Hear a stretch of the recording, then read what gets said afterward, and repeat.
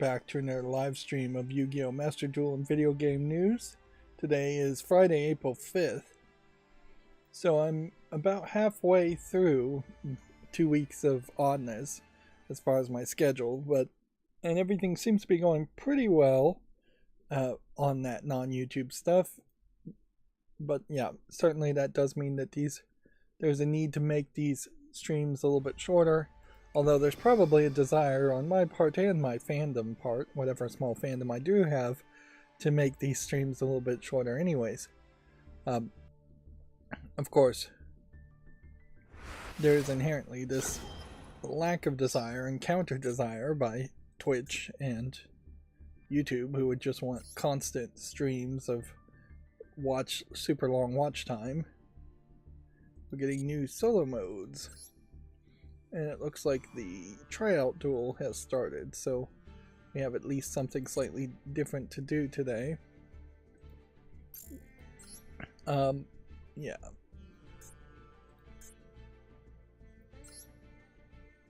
So, on the catch-up section, I'm still not really accomplishing much, because, well, everything that I'd like to do is getting broken up. It's just like, here's just a couple hours at most that you're going to have to do one thing, and then you're going to get interrupted, and then, yeah.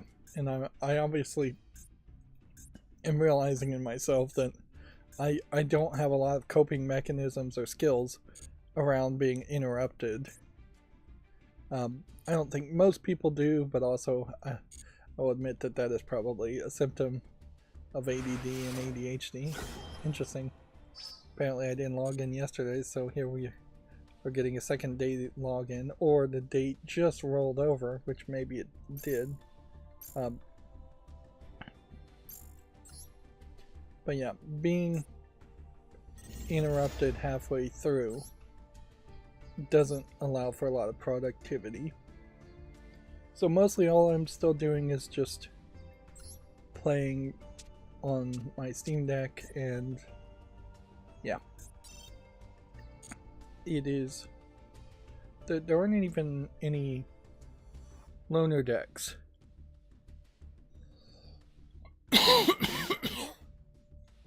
So you just are playing this.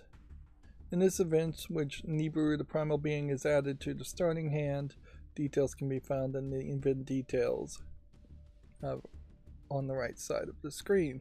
Now, let's look at the right side of the screen. Is there something that says, quote, event details? No, there is not. There's something that says event info, which is, I imagine, what they are talking about, but boy, does that just highlight how Konami really is not spending enough attention to the English translation of this stuff, and just not really caring enough about a game that really should be one of their main sellers. Like, Yu-Gi-Oh! Master Duel for Konami should be the equivalent of, like, Elder Scrolls Online, or Overwatch 1 when it was big, or even the Fortnite of Konami. It should be the thing that they're putting a lot more attention and a lot more polish on, and it just doesn't seem like they are. Although at a certain level, maybe they are correct in that there's just not going to be more than a certain plateau of people who want to play Yu-Gi-Oh! Regardless of how much polish you put on it. Yeah, I don't even think I have too much to say. I finally got around to starting to work on some of those projects that I realized I needed to do first, and then very quickly did not actually do first. One of which is the idea of entombing applications, a phrase I've made up, which means you just uninstall the application but leave an icon shortcut that will reinstall the application next time you click on it, then run it automatically. The reason you would do that is, even at 512 gigabytes, there's a lot of applications on desktop mode on Steam that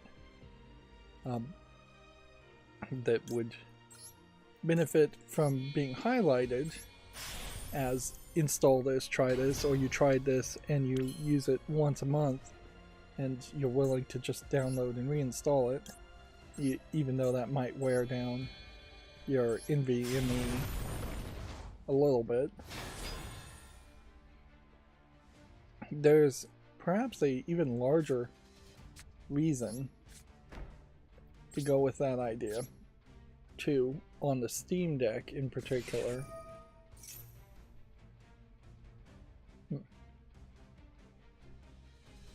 Let's see.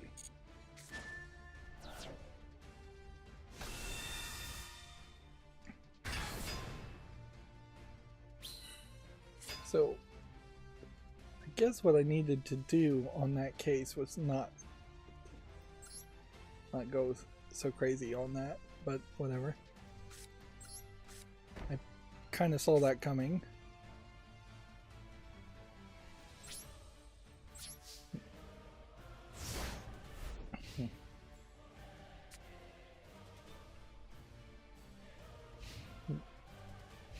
If anything, playing this deck will just convince everybody to play this on the first attempt. And it just doesn't matter.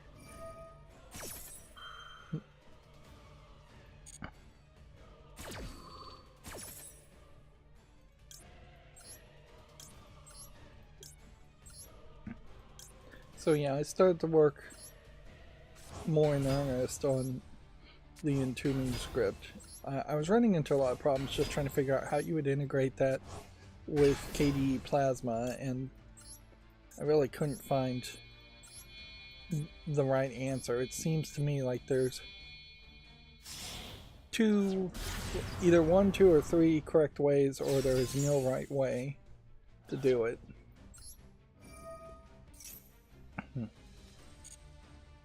I put some suggestions, and I'm still reading the suggestions of other things that the Steam Deck could be improved, things that either Valve themselves would directly have to do, or I'm just not willing to actually try and spend the extra effort to. I did put one suggestion there that is kind of wrong in which way you would run the script. So there's room for a tweak there. But I need to remind myself personally to make an effort to have a signature on any post that is just asking people to be respectful, because the feature request forum on Steam, first of all, it doesn't seem like it's really being read or moderated. It doesn't feel like it is. There definitely is room for just an automatic response saying, hey, somebody at Valve has actually read this, and we have put it into our process of feature requests. We have an internal system, a bug tracker type system, feature request type system, and we've added this as a concept, or we'd like more information, or we are at least acknowledging that we saw it. Otherwise, it does feel like it is just shouting into the void. Although, in fairness, I have just more recently embraced the idea of shouting into the void with ideas, and just hoping that maybe 10 years from now, maybe a decade from now, that people will see that post and think and act on it. Maybe it will just be a seed that eventually grows into a mighty oak, or maybe people will just give me a good comment or feedback to make it a better idea. Unfortunately, what I've run into is that I've had two, I assume, different people, but that is kind of a big assumption on the internet. You pretty much could assume that there's at any point just a bunch of sock puppet accounts being run by other people that in fairness, have the freedom of speech and can say they don't like an idea, but that they really are just bothering and wasting their time posting kind of negative comments or dumb comments for no good reason.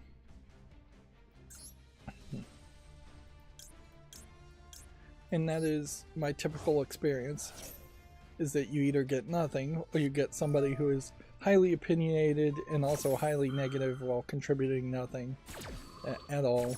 One of the persons that commented on the feedback was definitely a lot more negative, while the other person was maybe just a little bit more stupid, in my opinion, and that's the wrong way to respond to it. Because one of the comments was, "This isn't a Valve thing. Fix. You need to submit it to KDE Plasma." And then I asked, "Why do you think this needs to go to KDE Plasma when I'm talking about the touchscreen and hardware and the drivers that Valve exclusively makes on their exclusively controlled version of Steam OS?" Like, and as soon as I asked that feedback, they got a lot more rude, justifying their negativity when really they had no need to respond. And I think that's a big problem on the internet in general. Is just, if you don't have anything anything nice to say or anything to really contribute at all, you shouldn't just post. And particularly on Steam forums, it's not like you're getting Reddit karma. Reddit in particular, I think, made that whole situation a lot worse by gamifying the idea of saying the popular thing and getting maybe zingers, might be the right word, on people and trashing on people, or just buying into groupthink as much as possible. But certainly forums kind of always sucked, even well before Reddit. In contrast to that negative experience, is that I would classify them both as negative experiences because people aren't really following things. I think perhaps on the Steam forum in particular, you're just not talking to people who are into the idea, who have experienced the good parts, at least, that you can occasionally get of open source software or just collaborative efforts in general.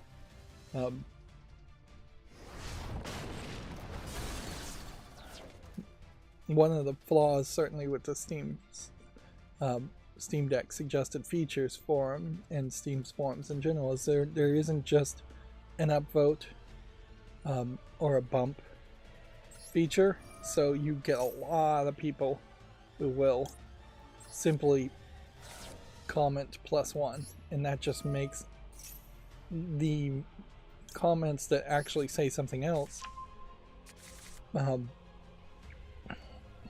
get drowned out,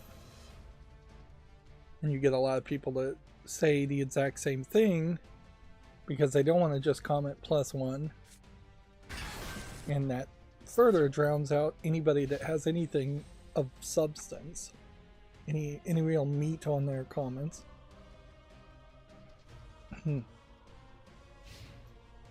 Definitely any forum should have that feature.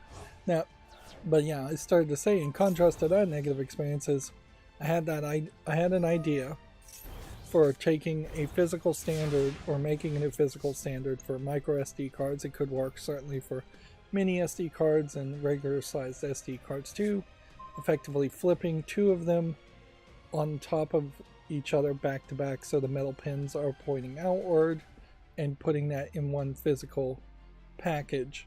This would allow existing backward compatibility with a plastic spacer, or with having two micro SD cards that could be read in parallel.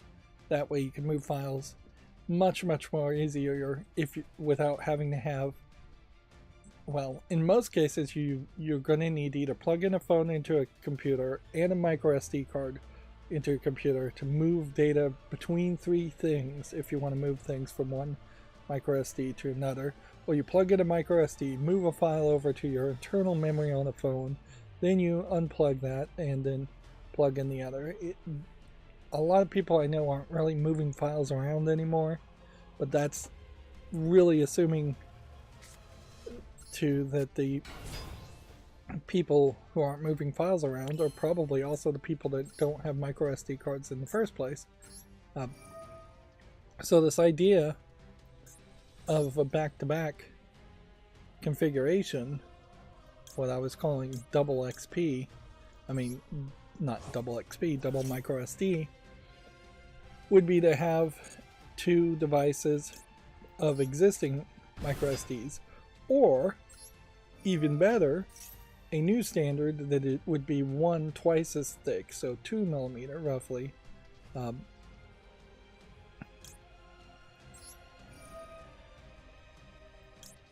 one twice as thick micro SD card.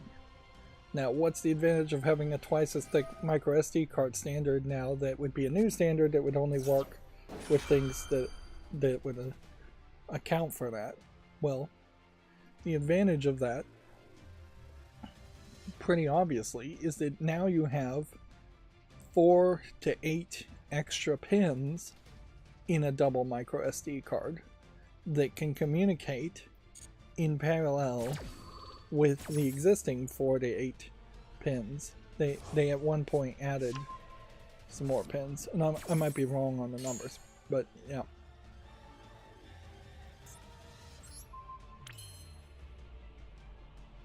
So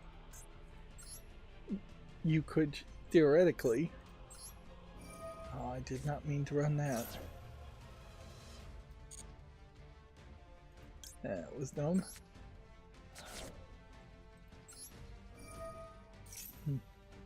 So yeah, you theoretically could get even more bandwidth and faster speeds. Physically, you also could make slightly cheaper micro SD cards because you just now have more space.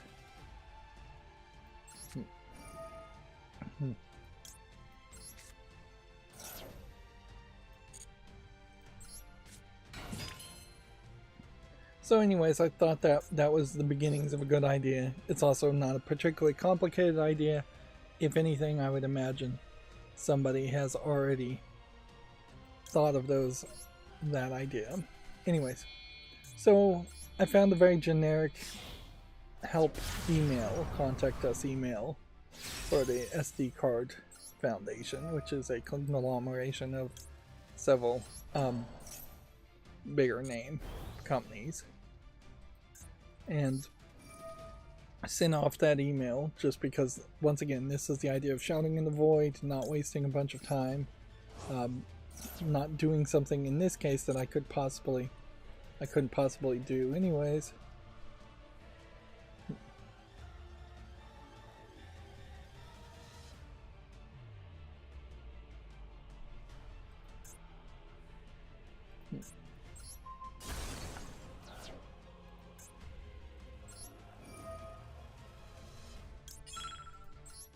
Yep. So yeah, I sent out that email. I know I'm stopping and starting here, sorry. And very quickly I got you're not read, your email was deleted without being read response, which press X the delta on that one. Like, why would you not read an email? And the only thing you could assume there is that they read the title and the headline of it and then decide to delete it, not read, or they are just inherently not reading any emails at all. And then I got a much more automated, we have received your email like a couple minutes later, which yeah.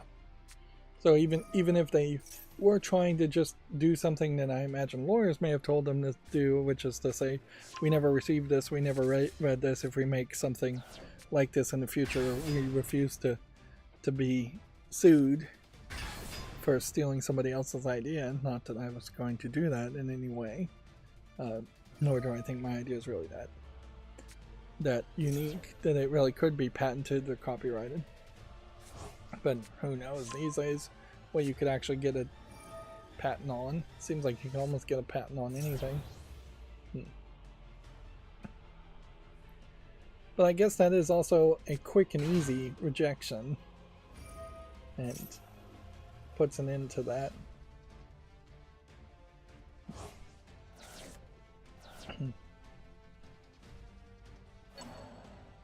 Inherently, there is a frustration that I have, and I think a lot of tech people and programmers have, in that there's just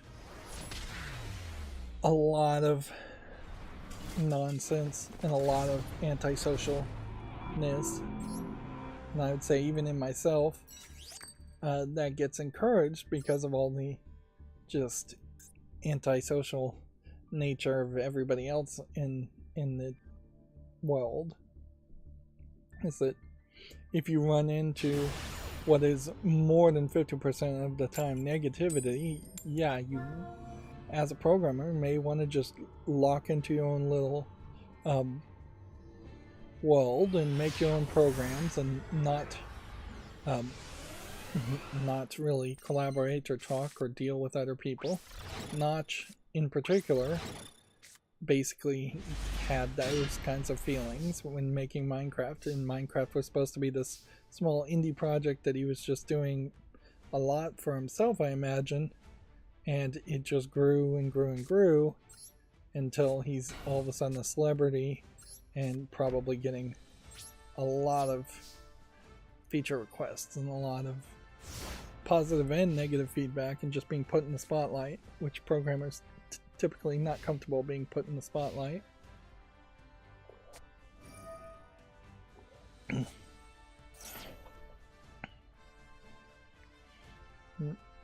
I installed Thunderbird on the Steam Deck just to see how that looked, and I think Thunderbird has definitely evolved a lot since the last time I used it, which was probably 2 decades plus ago. And weirdly, it still doesn't really integrate greatly with Gmail. You can do it, even with the new 2-factor OAuth configurations, but you then also need to go to Google Contacts and export your address book, and then you need to import it, and it's not really recognizing the address book perfectly. There's like a checkbox when you import it that you should uncheck. That's checked by default.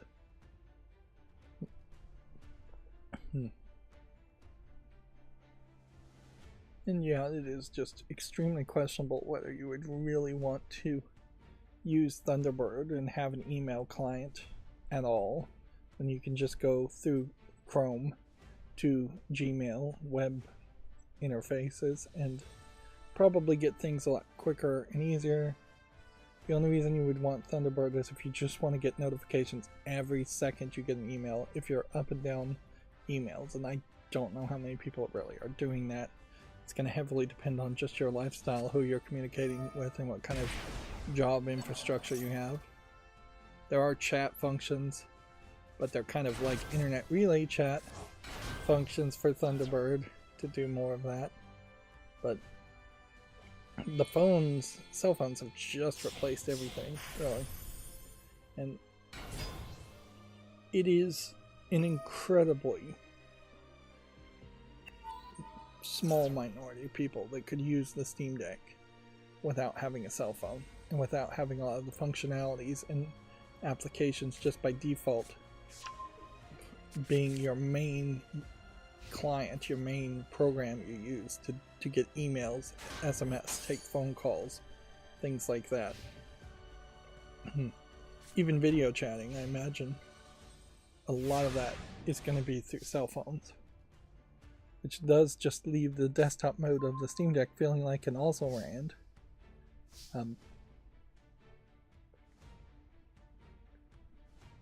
Let's see, can't do that one, so we'll do this.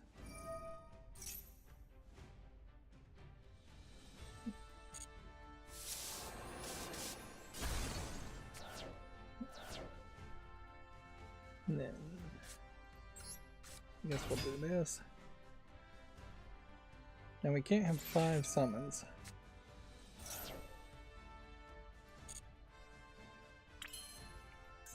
So what I think I want to do is see if we can figure out.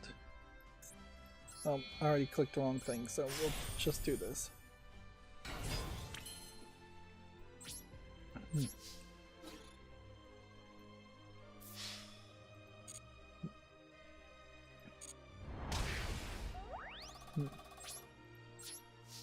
Yeah, I really don't think I have too much to even talk about today as far as the Steam Deck goes, because I really don't think I have accomplished much or done much.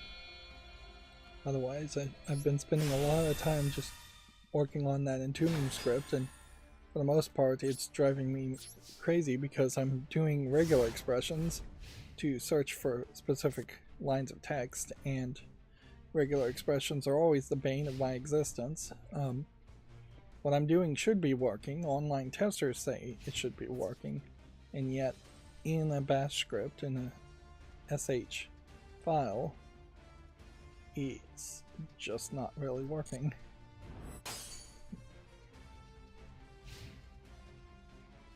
I don't see the point of him doing that, but whatever. Oh, I guess the point of doing that was to have that happen. So I should have activated this, because now he's just going to activate that, and then we're going to be destroying each other.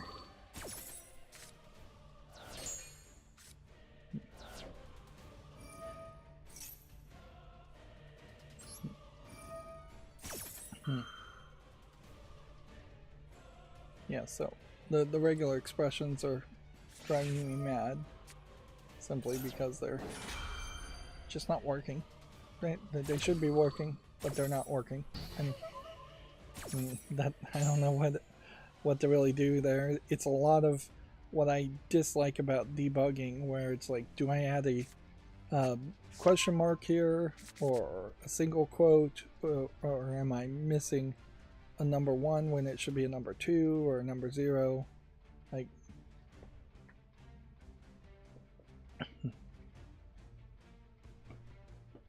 yeah, and I'm not really things. Some of the lines of code, which it's not really that much of the lines of code, it's barely 15 lines, are working in ways that I don't know why it's working that way. I should be getting from a grep command, which is search and return 1 line of code, should be getting from that 1 long line of code, and at some point it is just automatically breaking it up by the spaces and turning it into several smaller sections of code, which I didn't ask it to do that. So my understanding of this system and the delimiter that they seem to be adding, and the separation and splitting that they're doing by default, is lackluster. On the good side though, at least I did put a band-aid patch on the fact that when the Steam Deck loads in the desktop mode, the Steam client takes so much resources, and it still takes a bunch of resources to leave it running, but you kind of have to. I was able to make a splash screen run and continue there. It's not perfect by any means, but it does seem like it's going to work as a way of just making the desktop mode look like it takes a lot longer to load, because it actually does take a lot longer to load because of the Steam client. If it weren't for the Steam client, yes, the desktop would be usable and bootable in just a couple of seconds. Notably, I'm still in a position where I really haven't played any games on it, and just now, over a week later, I'm starting to feel like the X button is finally wearing itself down enough so it's reducing the amount of times it's getting stuck. But it is a very poor experience, and that is definitely something physically that I think Valve should adjust for, is that they should either figure out if their buttons are loosey-goosey, figure out a way to make them a lot more loose to start with, so the buttons don't get stuck for such an incredibly amount of time. Or just pre-wear the buttons in a testing mode. Just have a robot that is going to press every single button up and down 1,000 times to wear it out, and just make sure the buttons are still working after that.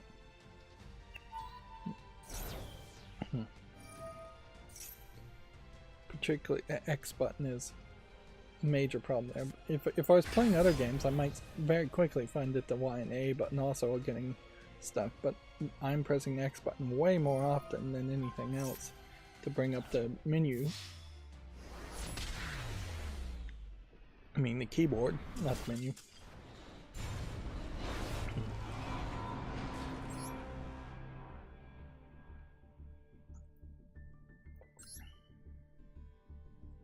Well, we're not winning here.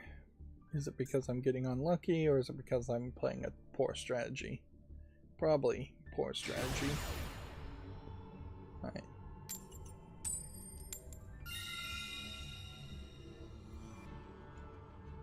But yeah, if I'm saying I have nothing to talk about and there's really nothing else to go around,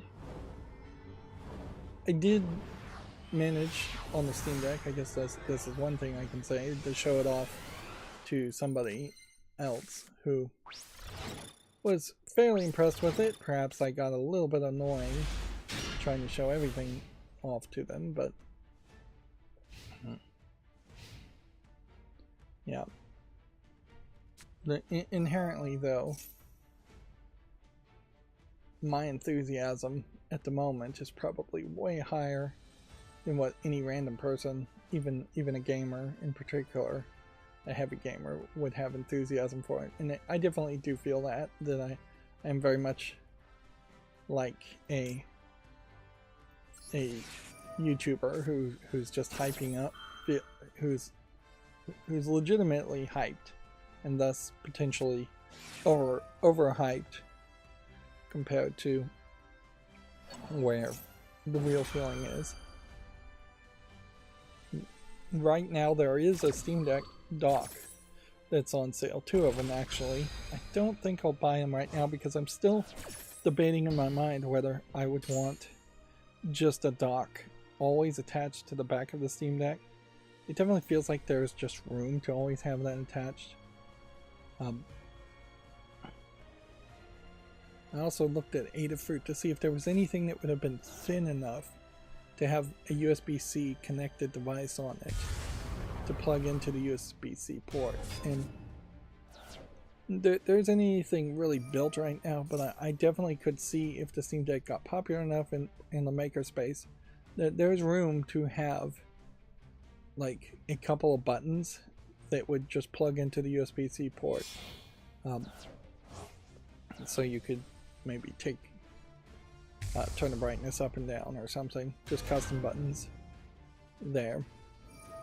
But there is still that weirdness that there's only one USB-C port, so without a hub that you can put power through, whatever you plug into the Steam Deck, you're going to have to constantly unplug to charge up the Steam Deck. It's just going to need that kind of battery. It's a bit of a shame it doesn't have wireless charging, but I can also certainly see where wireless charging would be fairly useless. In most cases it would be too slow unless you have a really brand new like standard, the QI2 key 2 standard would have to be included with the magnetic things. I could see with the way the Steam Deck case is, you could put a wireless charger right in it and use that as an advantage to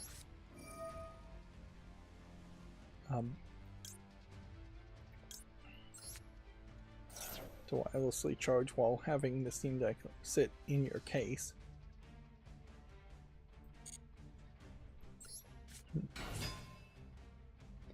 But yeah, you really don't want wireless charging. Most people wouldn't use it, and you still would need the docking, so unless you can get a lot of other things to wirelessly work, that's where you run into problems, is you really would want wireless audio, wireless video. You'd want to be able to put it in a dock that would just give it power, and then or just not even dock it at all, and then wirelessly connect to a TV or to a surround sound system and just work that way. And those are definitely lower level things that might actually be physical things. But yeah, there definitely is a case that there needs to be a second USB-C port, either on the other side of the top of the Steam Deck, on the bottom center of the Steam Deck, or even at worst case scenario right next to where the current USB-C thing is, which would be internally the wiring way you would do that.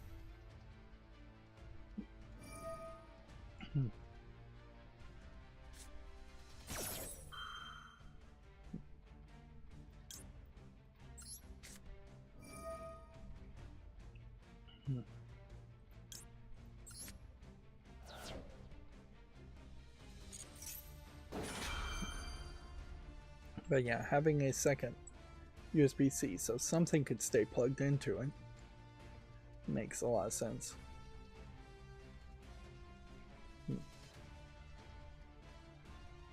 Because you really do just open up the scenario where if you were doing a teleconference and had to plug in a webcam, there aren't really any Bluetooth wireless webcams that I know of that would easily be designed to use with a Steam Deck. If you're in the middle of a teleconference and your battery goes low, you have absolutely no solution there to solve that problem. You can turn down the brightness, and that's about it, to try and stretch it for a few seconds. So inherently, because of that, if you want to use a teleconference and do a webcam or anything, you probably need a hub, always. And that just comes off as fairly silly.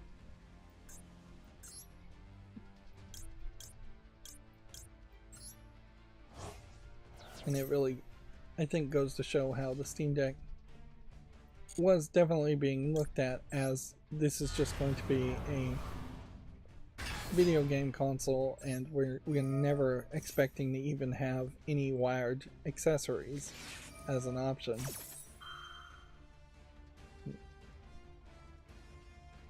You know what, I could have probably put Nibiru into the graveyard then used this to counter Nibiru's effect. Although maybe it wouldn't have worked that way.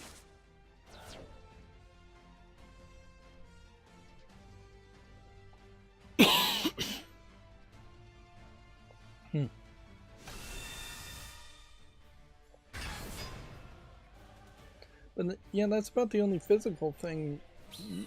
There's a couple smaller things that I still feel like need some work on, as far as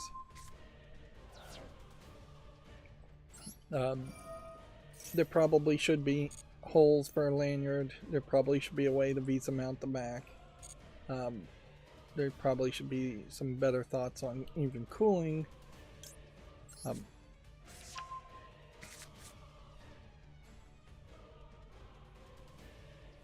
It would be nice if there was a second micro SD card slot. Certainly.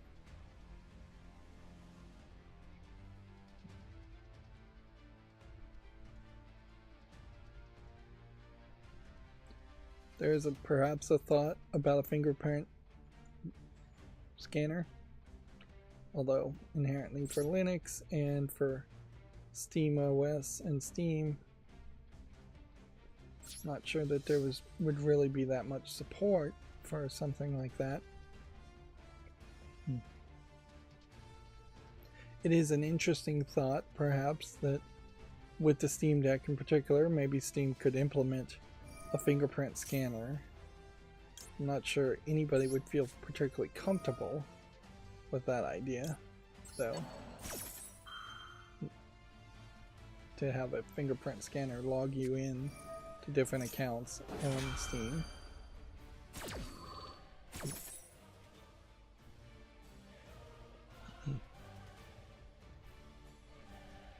Yeah, so that probably would be an extra unnecessary thing.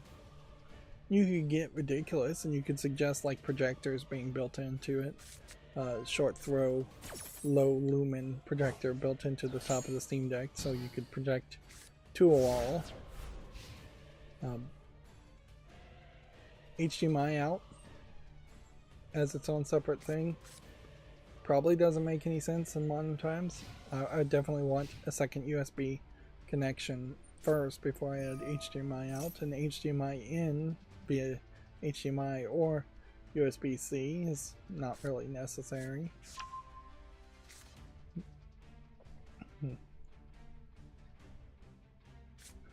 Swappable batteries back, might make a lot of sense. If there was a secondary battery pack that you could swap around to get the amount of life up. There's probably room for an experimentation there as far as just how many battery how many battery packs would actually give enough power fast enough if you were currently gaming to move the needle, or would it be a case where a lot of battery packs are just being drained as fast as you are playing them, and it's only just maintaining the status quo of what your battery life was at most.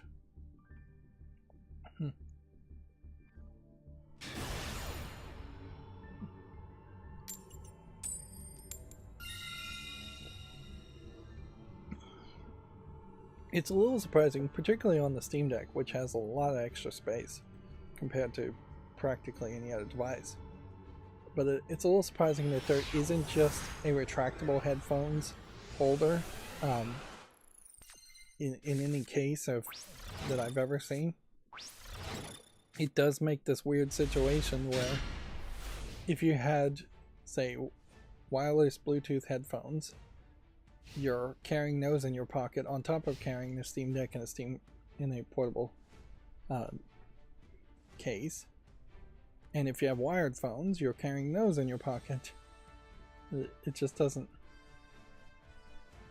It feels like it would make some sense to have some kind of external case that would have come with a free pair of headphones and be retractable.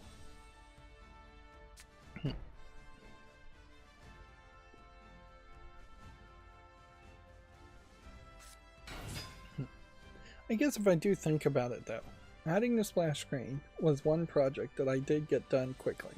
Let's actually count my successes here. I made a band-aid fix for that. I made a feature request. Every feature request I made, I have to really count as a success because I accomplished my goal of saying, hey, I'm going to shout into the void and hope that somebody at Valve sometimes at some point sees this. I actually did get printing working for me and posted how you can do that without rooting the operating system. It is a band-aid fix also. These all are. But yeah, I got the splash screen working. I got the rotating of specific applications. If I want to rotate into a portrait mode, I figured out how to do that. So I got that working. So there's 3 projects I really have gotten done in this last week. So then there really is some success there. Of course, as a YouTuber, making YouTube content is my @1 goal, and I really haven't worked on that at all, and won't probably for the next week at least. And at some point in the future, that could just change forever. Everything is potentially possible. But yeah, I didn't play any video games. I also didn't work on my computer. This has been now an extremely long amount of time in which my computer is just sitting around being idle, which I'm keeping it turned on, and I'm still streaming on it, but it really isn't doing anything else. And there's only so much I really can get it to do to try to automate things. I can get it to make YouTube shorts, I can get it to schedule YouTube shorts, those are working, but my macro as far as opening up news is broken. The making of clips didn't work today, so I'll have to work on that.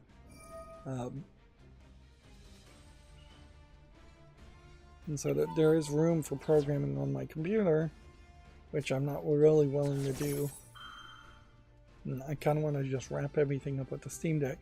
But then inherently I also have to shift what I do with the Steam Deck around and actually start playing some video games on it. And I've spent way too much time this week just watching Sudoku people and playing Sudokus.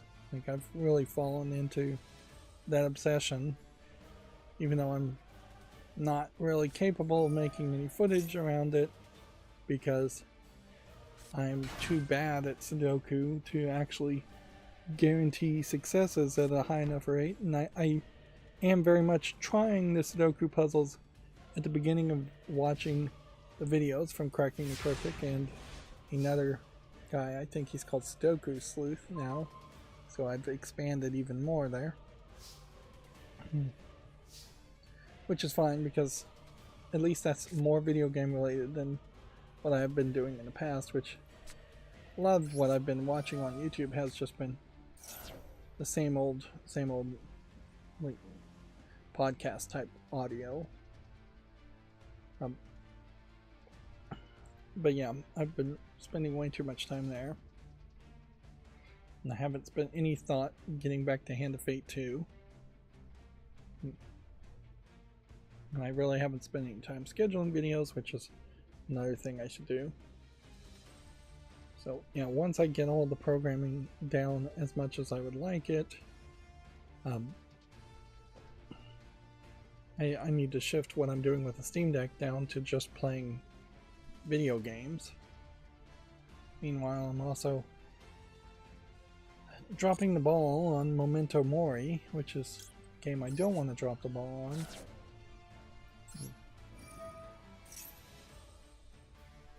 It took me a lot longer than I thought it would when the shift up game Destiny Child stopped service and you just couldn't play the game anymore.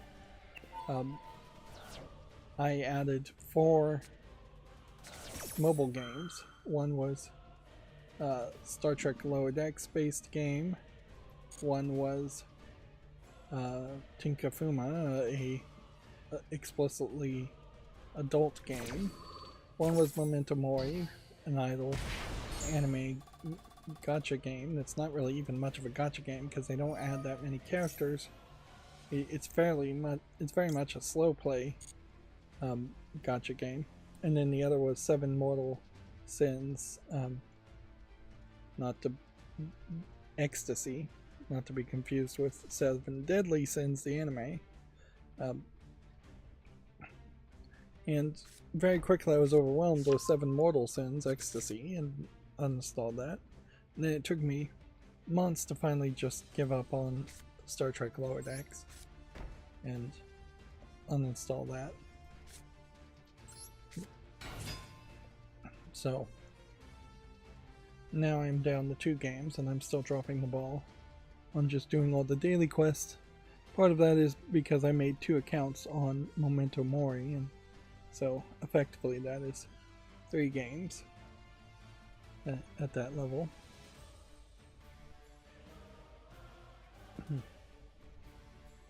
I think this will be our last game. We're not going to get major all 3 successes. It would have been nice to get 3 wins here, but it's not going to happen. So let's start talking about the video game news. Apparently, Final Fantasy XIV's Xbox chat censorship is happening.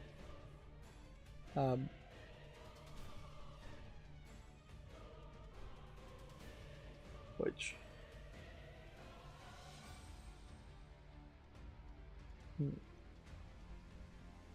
don't know what really is being censored here. I would think this would be Flame Private Second Cloud would be what I...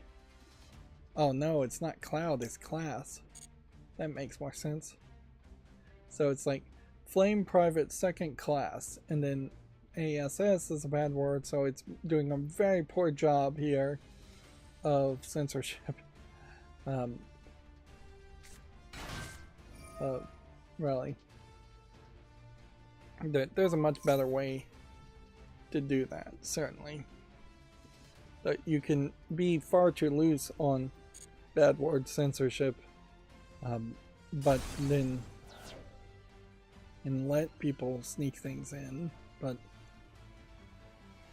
this is way too strict. Inherently, class is a actual dictionary word, so it should be very easy to recognize that if a bad word is part of a larger dictionary word, the larger dictionary word should be allowed. Notably, lass, L-A-S-S, should be allowed, which would also mean that class, C-L-A-S, should be allowed.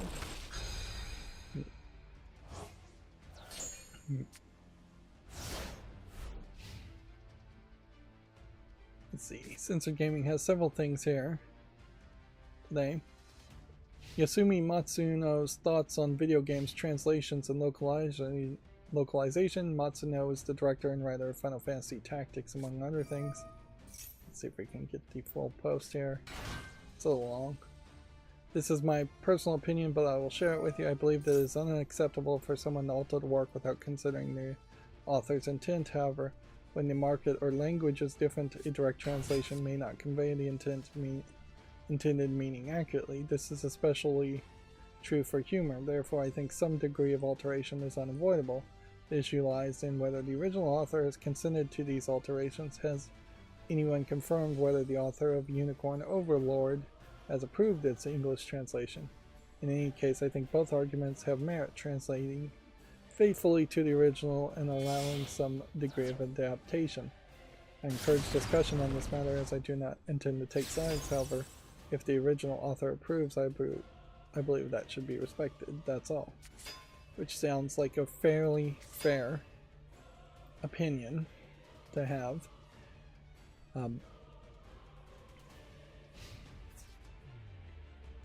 for the most part, I would say I don't think I've heard of a lot of people that really get any real traction with the idea that localization to preserve the humorous intent is unnecessary or bad. Like, there are definitely in the anime scene the subs versus dubs argument, where subtitles often were more literally translated in a lot of cases, and dubs tended to be more localized. And fan dubs or fan subs often are argued to be more accurate. A lot of times it feels like it is just a matter of opinion, and it probably is. Part of the problem certainly is that the Japanese language is very subtle, so even amongst Japanese people the meaning can sometimes be argued on some statements. The biggest complaints, and perhaps there is a danger in thinking this way, or too many articles this way, is that the problem is not tiny changes. It is giant, huge changes where the intent has been completely thrown out of the window and they've just added content that has no point in being there at all and no right to be there at all.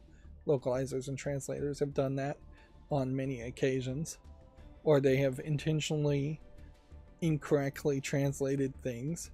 Often, almost always, this is for some SJW reasoning that just doesn't make sense. Honestly, at a certain point, if the argument might be better to just translate things more literally and then say Japanese be racist, y'all, that may just be, or Japanese be sexist, y'all, whatever you want to call them. But yeah, there's definitely a lot of classic books where the author's intent in the words they put in there had overtones of racism and sexism and homophobia and things like that. In any other form of art, nobody would legitimately allow for those books to be that changed. We could certainly take that to an extreme of just like the Bible. If somebody tried to rewrite the Bible to be less sexist and less racist, then it would be a very, very different book.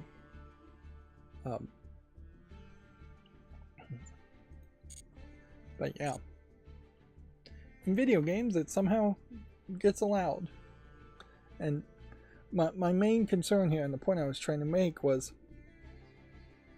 if the SJWs and who seem like they have gained a lot of control in localization and a lot of influence over foreign game developers, particularly Japanese game developers, if they can get gamers in general to talk about small translations and just go, oh, well, let's debate these small translations, then they're getting gamers in general to take their eyes off the ball and stop focusing on the big translations, which is definitely a way of manipulating and propagandizing people, is to just say, worry about this small thing over here and pay no attention to the man behind the curtain about the big things that are happening.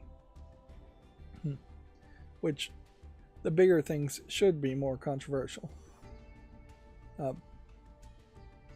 Now, I don't think I have an article for this, but there seems to be somebody who has made a website specifically designed around filing complaints and how to file complaints to certain governments when certain video game companies take games offline. In particular, this started from the idea that the game The Crew is going to be shut down, an online racing game, and France is willing to listen to complaints from anybody around the world, whereas most countries, I think, would limit complaints and comments to actual citizens. So, I don't even know the name of this website, but it does seem like there might be an actual movement here to have a website that will just direct people to the right places. One assumes and hopes it is directing people to the right places and not just the wrong places. And certainly I doubt the governments are going to care much about it, but who knows? They get enough comments. I could see France in particular maybe not being very happy with Ubisoft and using a bunch of complaints as an excuse to go after Ubisoft. On the other hand, here the Outlast trials have been suddenly removed from the PlayStation Store in Saudi Arabia and buyers can no longer play it. So we now have the second instance now where Sony has been very willing to revoke people's abilities to actually play games or demos. First it was the Stellar Blade demo that leaked early. Now we have in Saudi Arabia the Outlast trials being removed. This certainly does not inspire confidence and should not inspire confidence in buying a new PlayStation, or being a part of that storefront. Sony is exclusively, really, the only company that has done this in recent memory of taking a game down completely from being playable. And the concern I definitely would have here is, if there's not enough of an outcry around this, if there is not a noticeable drop in sales for games and hardware, then Nintendo and Microsoft almost certainly will agree to the same terms, and be really annoying if Steam started doing that also, where all of a sudden you're buying games and you can no longer play it. I would assume in this case the Outlast Trials was either gory and violent and should have never been approved to be played in Saudi Arabia in the first place, or possibly you do see what looks like a female presenting character here. Maybe they don't like that the female has a job, or the female's maybe not completely covered in all situations. It may have nothing to do with any of that, though. It may also just be that there's some kind of chat in Saudi Arabia, and people in Saudi Arabia were using the chat to say something that the Saudi Arabian government didn't like. Let's see if this picture actually shows us where this Nintendo localization job for Nintendo of America requires an awareness of culturalization and DE&I, which is diversity, equity, and inclusion.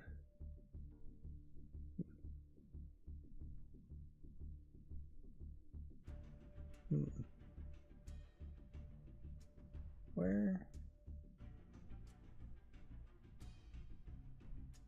Yeah, it would be under description of duties, I would think. And the text is really small here. Blah blah blah blah blah blah blah blah blah blah blah blah blah blah blah blah blah blah blah blah.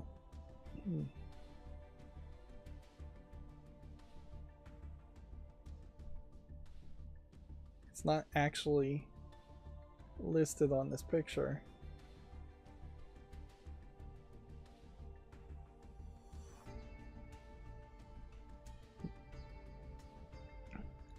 So, pretty terrible screenshot for Censored Gaming to make, in that it doesn't actually show the picture. Maybe if we clicked on this, we would get an actual picture of the highlighted part.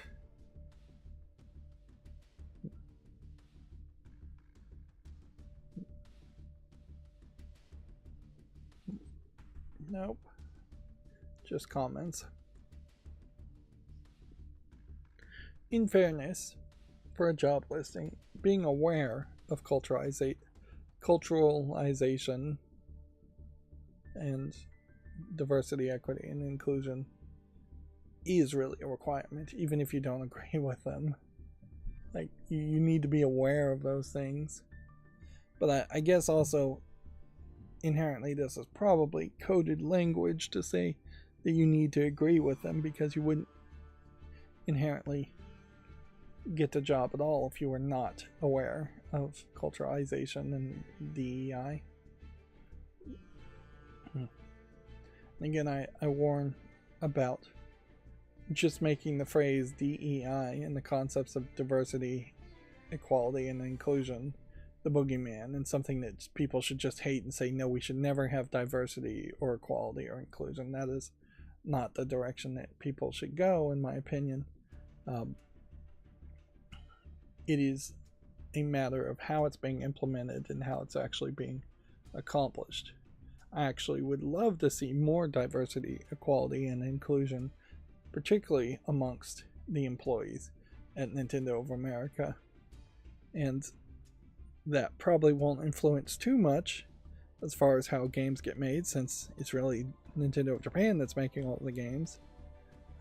But it would be better just for the employment status of people. And that's kind of true for the entire game gaming industry. There's still a lot of at least middle class, rich white males that are hired and working in the video game industry. Of course, then you run into problems where you have companies that are boasting about being 100% African American companies, and it's like, well, okay, so now you've just brought back segregation at that point, and now you're just segregating yourself and being racist against anyone who's not black, as far as your hiring practice.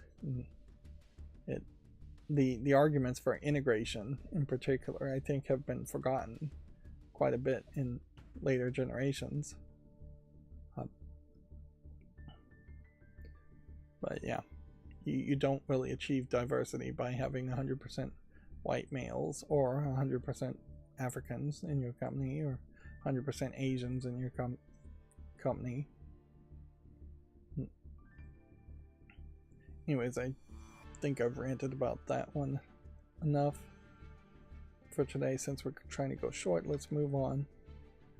Unfortunately, these topics just keep coming up over and over and over again, and it's not really my intent to bring them up. It's just that it keeps getting talked about, which makes it annoying, certainly, because there are a lot of other topics that are certainly being forgotten about and not being talked about, like, hey, video games are too expensive, and there's too many microtransactions in them, and video games are not being made particularly on a decent budget, and they're running over budget, and they're too expensive to develop.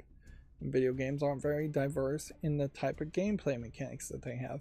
So we're seeing a lot of games that are first-person shooters, and we're still seeing way too many games that are just kind of copying each other. The fact that there's 2 quadruple A or triple A pirate games that are out at the same time is kind of ridiculous, considering neither one of them are really that popular.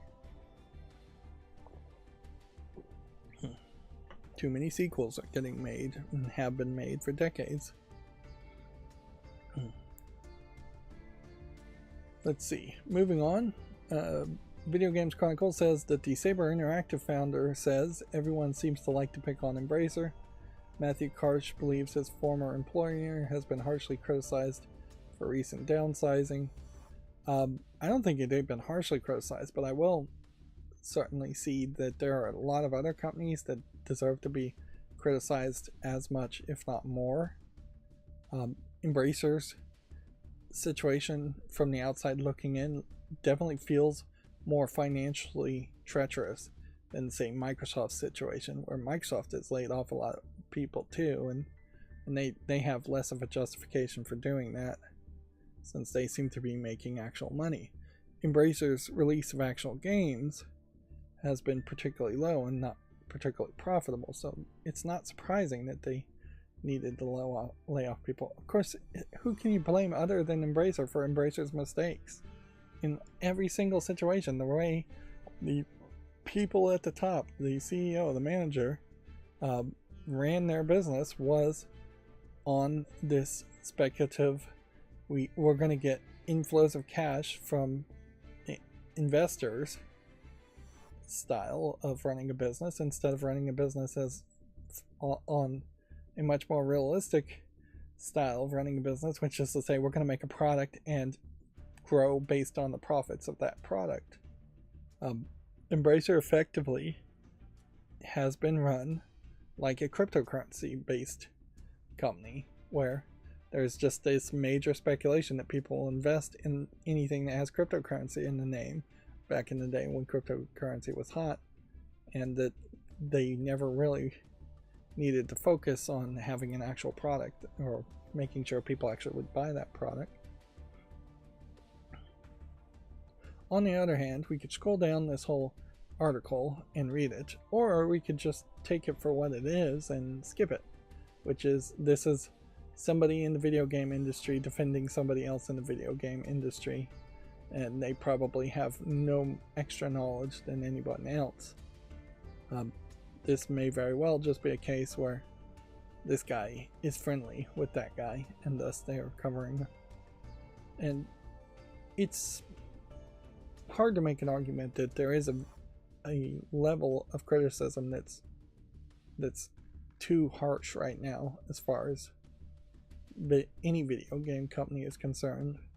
Yes, there are some crazy people out there who make death threats and say crazy things, but legitimate criticism is fairly low around the video game industry. There should be a lot more.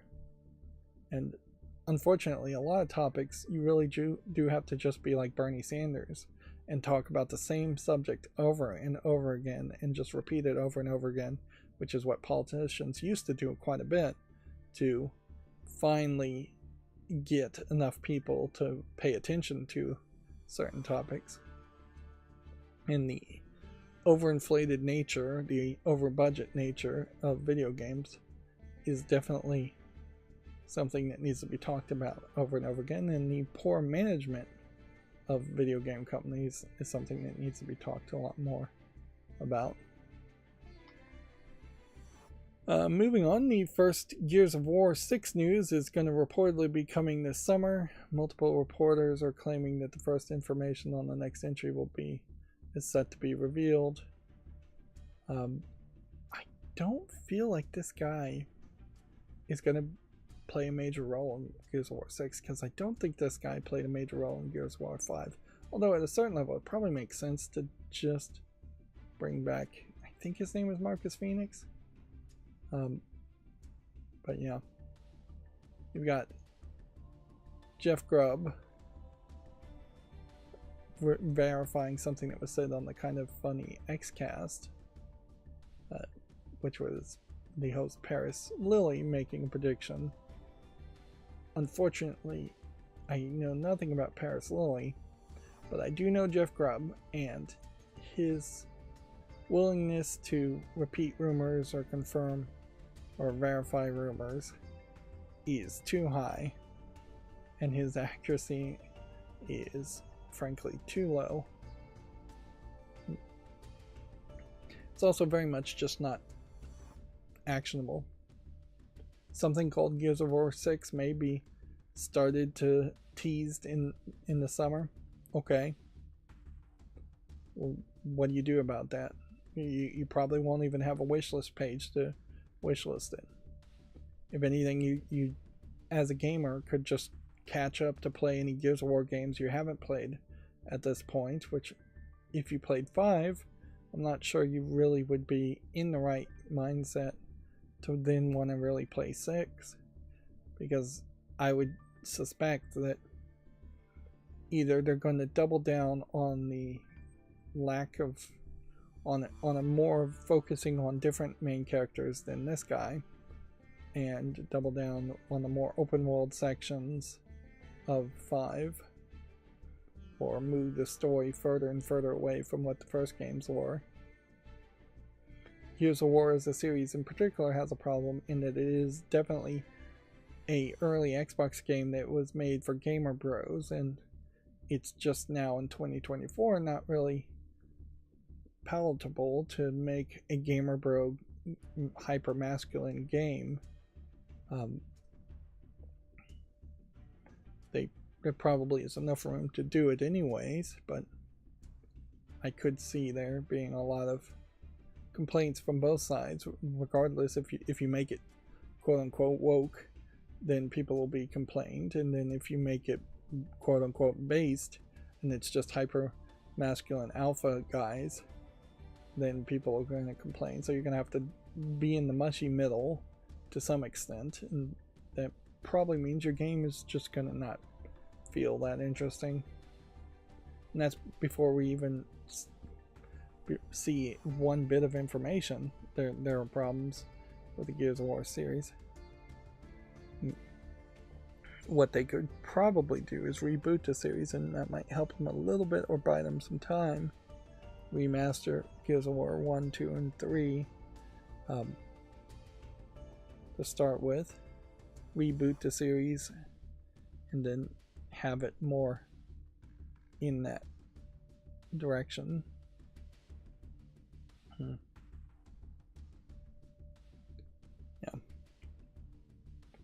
But yeah, this is not actually helpful information until you actually see a true announcement, just talking about rumors. It has been a slow week, which has been helpful, certainly since I don't have a lot of extra time right now. But this is too slow of a week. This certainly also highlights just the problem with journalism, online journalism in general, is that there is just this push to justify editors' jobs by forcing them to have a certain number of news articles be published, when news really should be reported on when it actually happens. And if you just had a slow news day, that was less of a problem back when you were printing paper and printing out newspapers.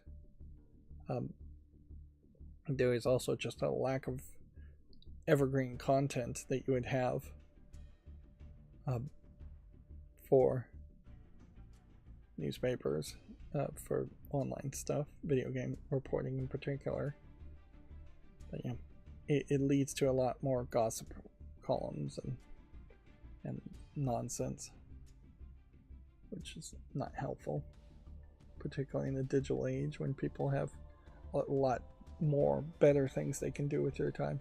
Newspapers inherently succeeded in previous decades because you didn't have a cell phone in your hand, or a TV or radio or anything else to do with your time, so you would literally be bored to tears if you were sitting around. So you would grab a newspaper and pretend to read it, but that's just not the world we live in anymore. And that's for regular news, real news, not video game news. Let's see, Pinball FX put out a trailer. I watched this. It's a Universal Studios based pinball tables that they're making using the licenses of Knight Rider, Xena, and the reboot of Battlestar Galactica, which seems like a odd combination. First of all, because I wouldn't have really assumed that any of these were actually owned by Universal Pictures or Universal Studios, and also because I just feel like they might be getting the best deals they can get for licenses that they probably don't care about. It is weird to make a Xena pinball table when I don't believe there is a Hercules pinball table. I would argue maybe the Australian actress who played Xena, is maybe a little bit less controversial at the moment than Kevin Sorbo, but almost would make sense to still bring in a Hercules table. Although maybe Xena actually, in the long run, did become more popular. It's weird to do the Battlestar Galactica reboot pinball because the Battlestar Galactica reboot has totally been abandoned. And I don't know what you could do to reboot it or continue it in any way. It would be practically the same thing, unless you went in a completely different direction or something like that. The way Battlestar Galactica reboot ended doesn't really leave it an opening to have a Star Trek The Next Generation experience, and that is probably a major mistake that they made, is that they should have left an opening where there could have been a Star Trek Next Generation. And at least you did see that in the Stargate series, is that even the last spin-off of several spin-offs from Stargate, SG-1, left it open to potentially still have more sequels.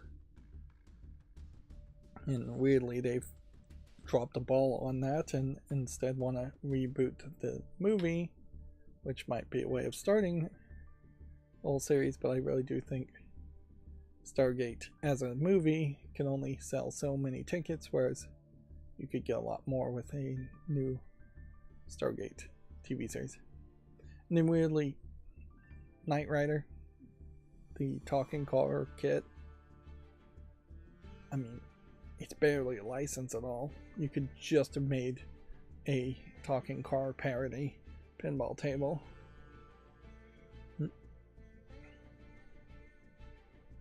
Pinball FX, I think in part might have been owned by Embracer Group, so they may be taking some licensing here to make some money on their own. Yeah, Zen Studios I think may have been owned by Embracer and then got bought out by a different group, if I'm recalling correctly, a couple weeks ago. So yeah, there's a lot of improvement that could be done to Pinball FX to make pinball fans happier, and it's not really happening. Let's see. Then we have a Video Games Chronicle article here saying that the Ninja Theory co-founder Taming Antonides, I assume, has left the studio. The Hellblade writer-director is no longer with the Xbox developer. Xbox at some point, I think, acquired Ninja Theory. This would be certainly the time to leave, as Hellblade 2 is almost certainly completely done. But yeah, also, that doesn't spell a great outcome for Ninja Theory, although Ninja Theory doing Hellblade, Senua's Sacrifice, and Hellblade 2 is a very different Ninja Theory from what I would have liked to really see from them, and it is kind of crazy that Microsoft can't get Heavenly Sword to be remastered and come to PC or Xbox. It was a PlayStation exclusive. Or, well, Enslaved Odyssey to the West failed, so no real surprise there. And DMC Devil May Cry is probably the rebooted Devil May Cry that the Japanese people who actually own Devil May Cry don't care about. So, yeah. As far as I know, even Enslaved Odyssey to the West may have been a PlayStation exclusive, as console exclusive. So it may be a case that each of these were funded in part by other publishers, and the publishers still own the rights to each of these games, leaving only the Hellblade series to actually be in the hands of Microsoft and Ninja Theory.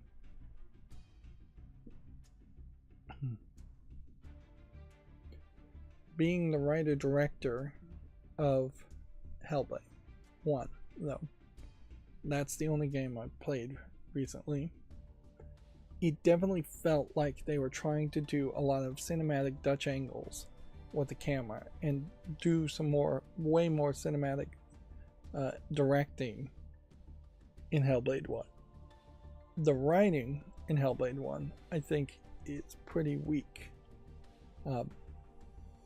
And I really feel like Hellblade 1 was overhyped. So, if you are now in this catch-22, at least I am from my opinions on Hellblade 1, and certainly the game itself is really simplistic and short. You are in this situation where if I really enjoyed Hellblade 2, which I probably will play Hellblade 2 at some point, I'm not super hyped around doing it anytime soon, but if I enjoyed the writing and directing there, well then there's a problem, because the writer-director is no longer with that company, thus he's going to go and move on to make something else, which would be alright if I did enjoy that, because him doing something else probably would be more in my wheelhouse instead of just making a third Hellblade game. But then also, if I actually hate the writer and director, the writing and direction of Hellblade 2, well, then I hate the writing and directing of Hellblade 2, and so I have a negative experience, and you're just left with a question mark about who would be doing the writing and directing for the next Team Ninja game. But noticeably, when I think Team Ninja, the parts I enjoy around not Team Ninja, I'm confusing the companies. There's a company called Team Ninja, and there's then Ninja Theory. When I think Ninja Theory, I think of the interesting fast-paced button mashing of Heavenly Sword, and the interesting platforming of Enslaved Odyssey of the West, and the fast-paced combo fighting of DMC Devil May Cry. There's nothing like that in Hellblade Senua's Sacrifice. It is a slow-paced, walk-around kind of puzzle game, limited small puzzles. It is in such sharp contrast from everything they've done before. So I'm leaning more towards the good riddance opinion, frankly, seeing this guy leave, because I do think he probably wants to make a movie, and I think he might do very well in making a movie, but I think his ambition and passion around taking what was very much like a cinematic experience and forcing it into a video game format was a mistake and led to a poor quality game.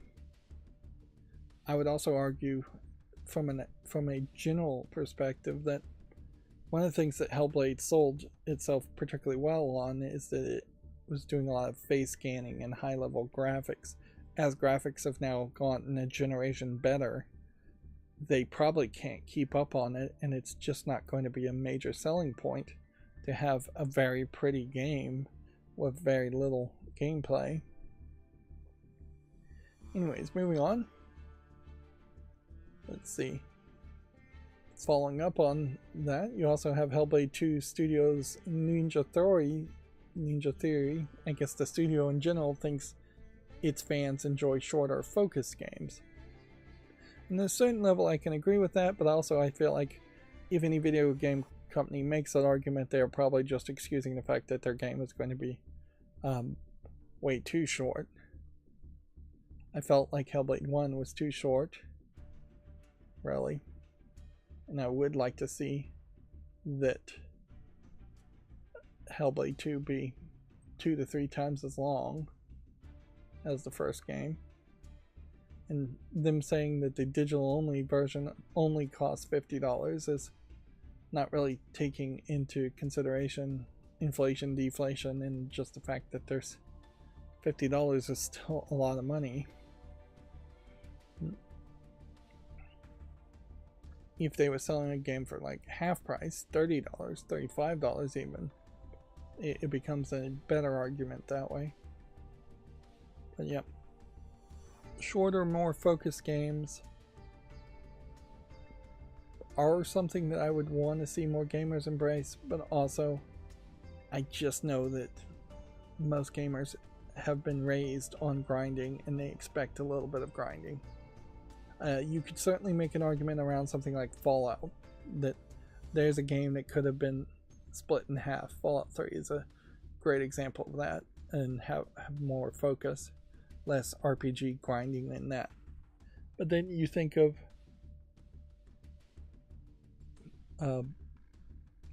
you think of things that just feel a little too short, and Brothers: A Tale of Two Sons is kind of an example of that. It's a little too short. It could have had some grinding in it, a little bit more grinding in it, just to give you more gameplay.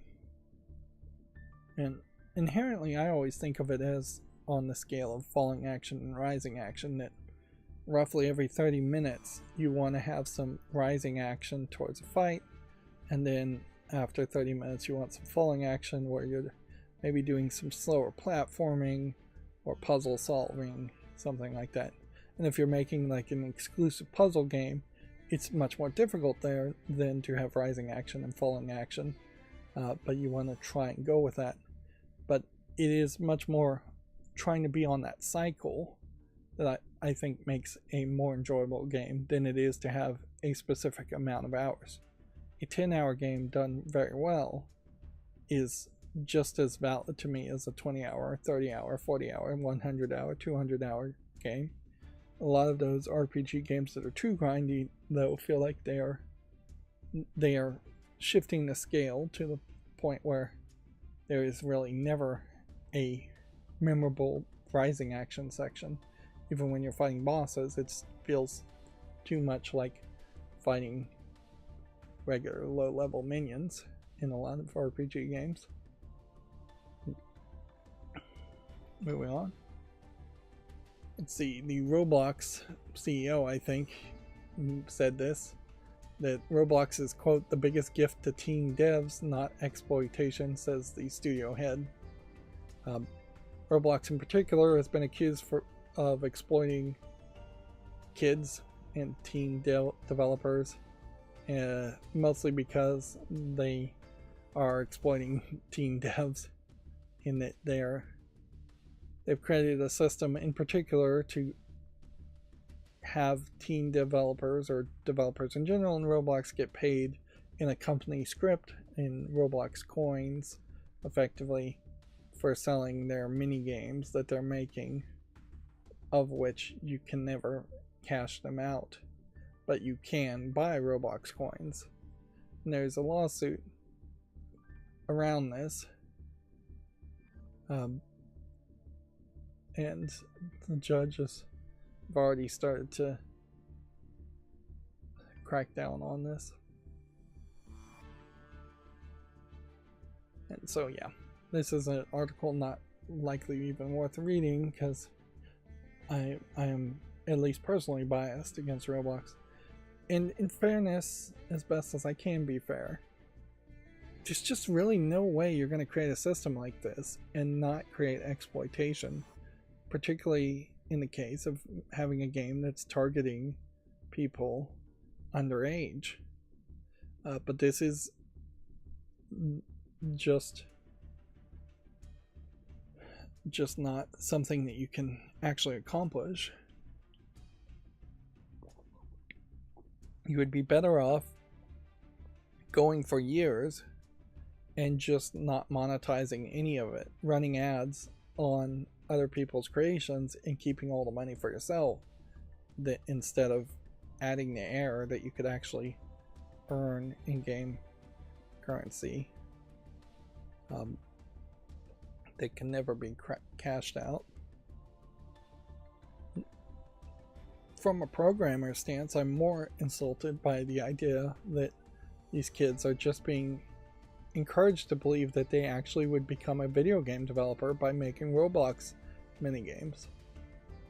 You'd have to be really young, 8 or 9 in my book, that I would allow somebody to say, oh yeah, I'm making games in Roblox. That's about as old as I would allow somebody to say that before I'm going to have to smack them down to reality and say, you're not really making games. You're using the wrong engine. You're building something, script kidding it. If you want to make games, you need to learn C++ and C#, maybe even Rust. At the very least, you need to start learning how to program in Python, and actually be a programmer if you're going to be a programmer. Unless you're doing something artistically, then you need to be using other software like Photoshop to draw paintings, or Blender to do 3D animations. Unless you're making audio, then you need to be using something like Audacity to make audio. But to try and lock developers into thinking they're accomplishing something, whether it's RPG Maker or Roblox or whatever, is just incredibly disingenuous and not going to help anybody actually take the proper steps needed to become a developer if that's what they really want to be. Let's see. Here's the Outlast Trials video. I'm not going to sit here and watch it all though. At some point, all my ad blocking stuff also stopped working. Probably just turned it off.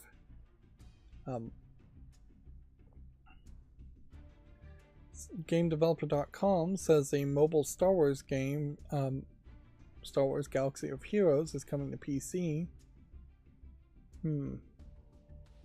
Which we generally don't get news articles like this from GameDeveloper.com. You are probably going to be in a weird position, certainly trying to play a mobile game on PC and actually enjoy it. You can see the graphics here are pretty rough, a little low polygon. You also run into a real problem here in that out of the picture, out of the picture, out of the picture, out of the picture, probably out of the picture, out of the picture. I don't even know who that is. And yeah, out of the picture.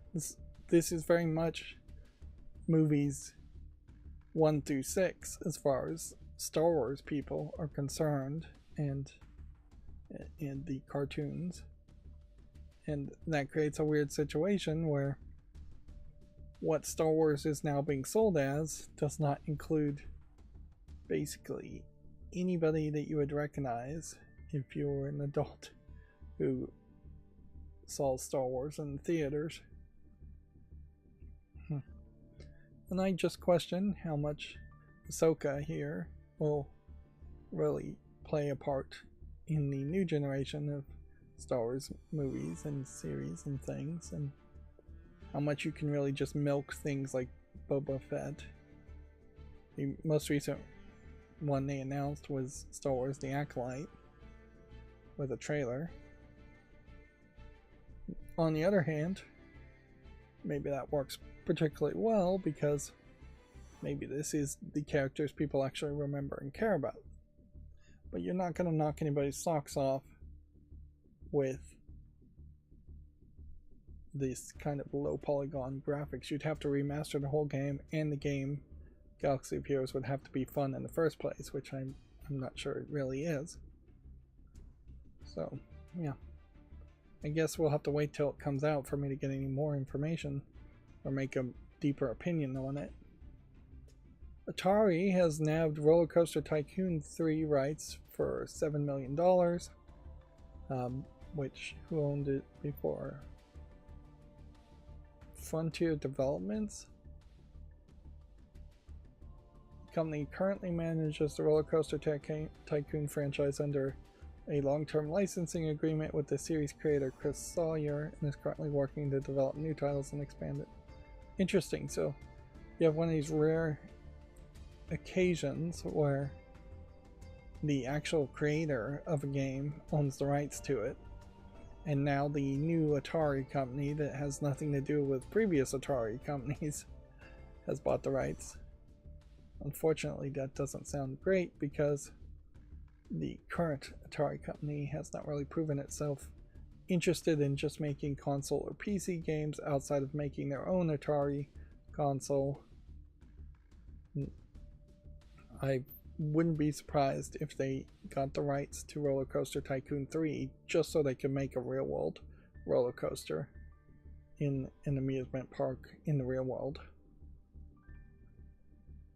On the other hand, it's not like anybody else was making Roller Coaster Tycoon games by that name. Plenty of people are making other similar types of games, but nobody was using that name. I don't know what the value of the name really is, though. Probably isn't much more than a small bit of nostalgia, frankly. Moving on, this one was a bit weird. Modern Warfare 3 data miner has uncovered a parkour multiplayer called Get High. It's expected to be released as part of a celebration of cannabis culture. Weird. So you have like a Cheech and Chong character here that apparently either has already been released or might be getting released.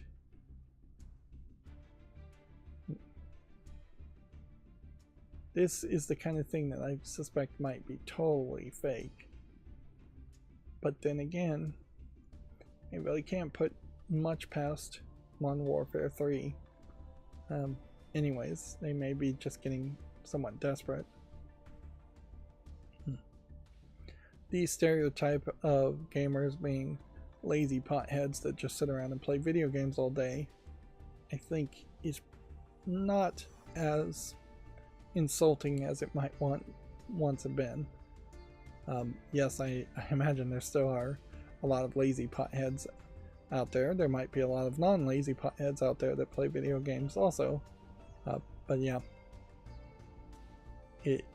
it's just not going to have that same impact either from the anti-pot people, of which I don't imagine there's much more of them left, and the pro-pot people who are figured out how to be more interested in other things other than just playing a video game because Cheech and Chong is in it. Cheech and Chong themselves are fairly old people now, and so they just are unlikely to have that kind of impact.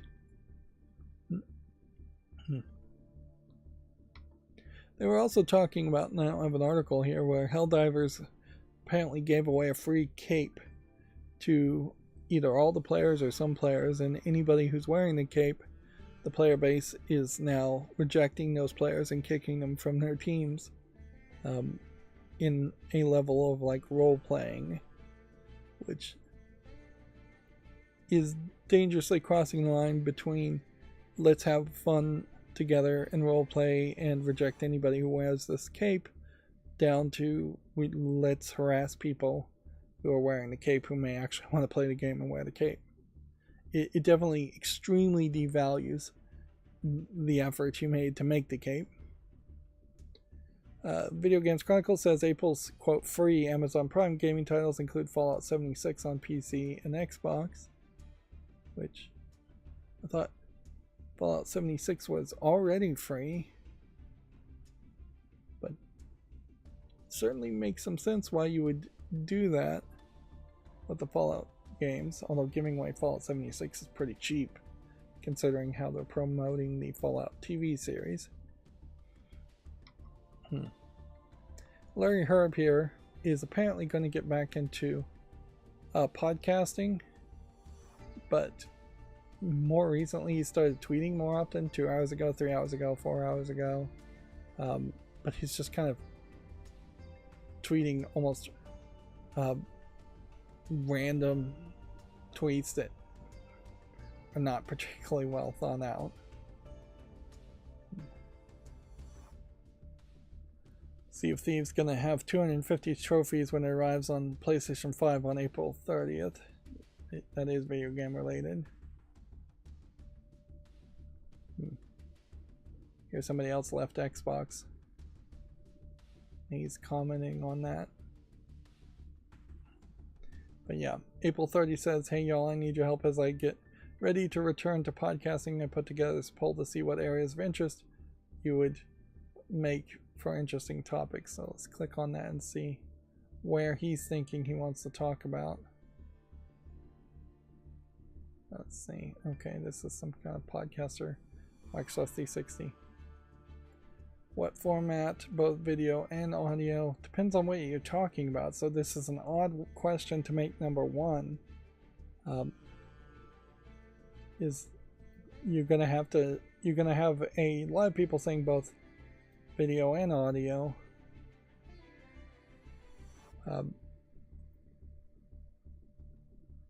To start yet. So rate your interest here. Current game releases, interview with gaming developers, personal tech, phones, watches, etc., smart home tech, autos, other nerd stuff, Bitcoin, home service, etc., pop culture, music, movies, and memes, interviews with non-gaming people of interest, science stuff, space, global, forget gaming, focus on other technology topics.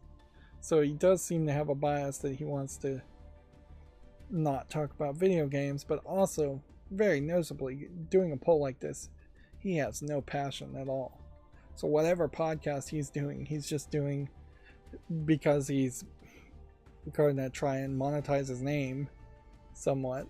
Like, if you had a passion, you would not be asking people, what should you talk about?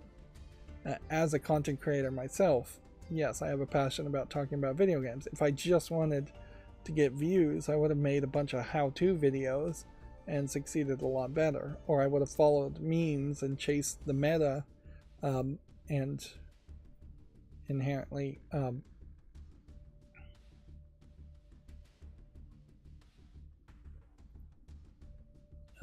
inherently I would have succeeded talking about things I didn't really care about until I finally burnt out, and then wouldn't have gone anywhere. Let's see. And then the third questions here are, how often would you like to receive a new podcast? And how would you like to experience them? Do it live, normal audio only, video podcasts. So yeah, he basically has no clue as to what he wants to talk about, and so he is going to just be not particularly interesting unless he gets a bunch of other people with him and then they were interesting. And in fairness, last time I really paid attention to the Xbox podcasts, it didn't feel like he was really that interested or interesting anyways, and that he was just letting the other co-hosts take up the majority of the time speaking. YouTube Gaming wants to remind us that The Elder Scrolls Online released 10 years ago today, notably. If this is accurate, which I'm not 100% sure it is, Bethesda, Xbox, not saying anything about that at all, not promoting it. The Talos Principle 2 in the Talos franchise is right now deeply discounted for a Steam weekend deal promotion. Different kind of art we're seeing here from the Talos Principle franchise. Talos Principle 2 is 40% off. Talos Principle and Road to Gehenna DLC for Talos Principle are 90% off. Which, yeah, has a great time. I would say to buy at least the first game and try it out.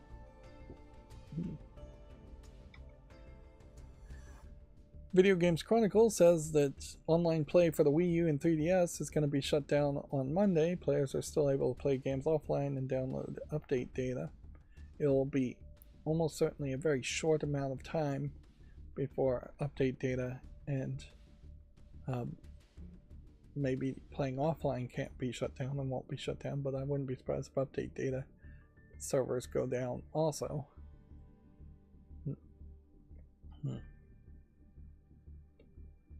Yeah.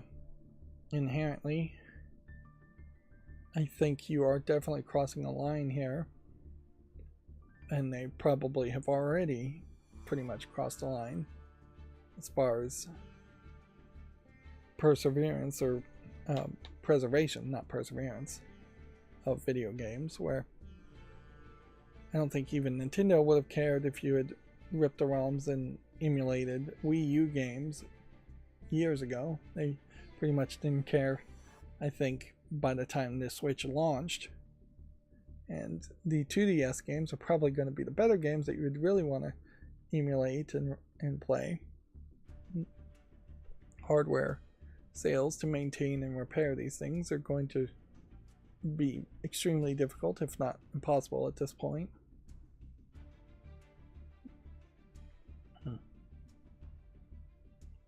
It does kind of feel like this is a growing trend, though, where the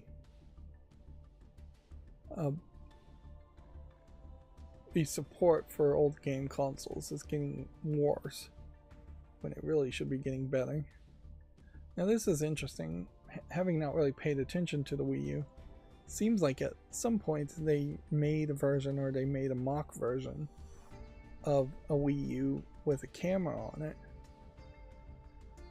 Oh no, there's a camera there too.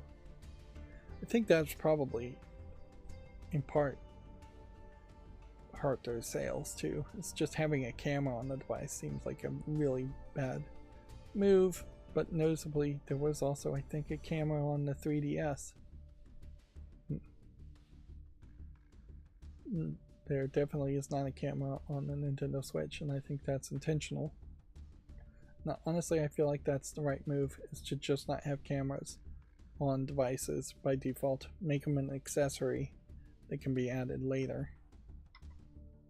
We already talked about this comment.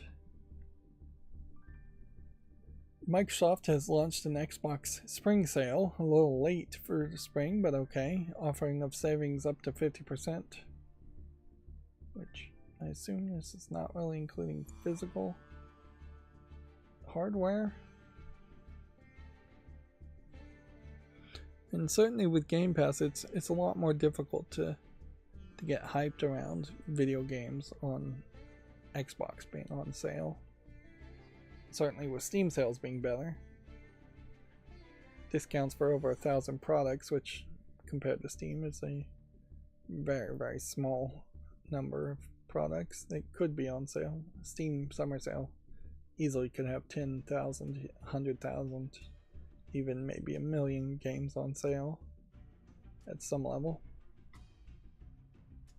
Apparently Stellar Blade is going to receive a new game plus and free skins as DLC. The developer Shiftoff also says that the PS5 game won't include any microtransactions at release, which is a bit of a good thing to say considering how Destiny Child, Shiftoff's first game, and Nikke Got Its Victory are very much heavy mobile gacha games with microtransactions.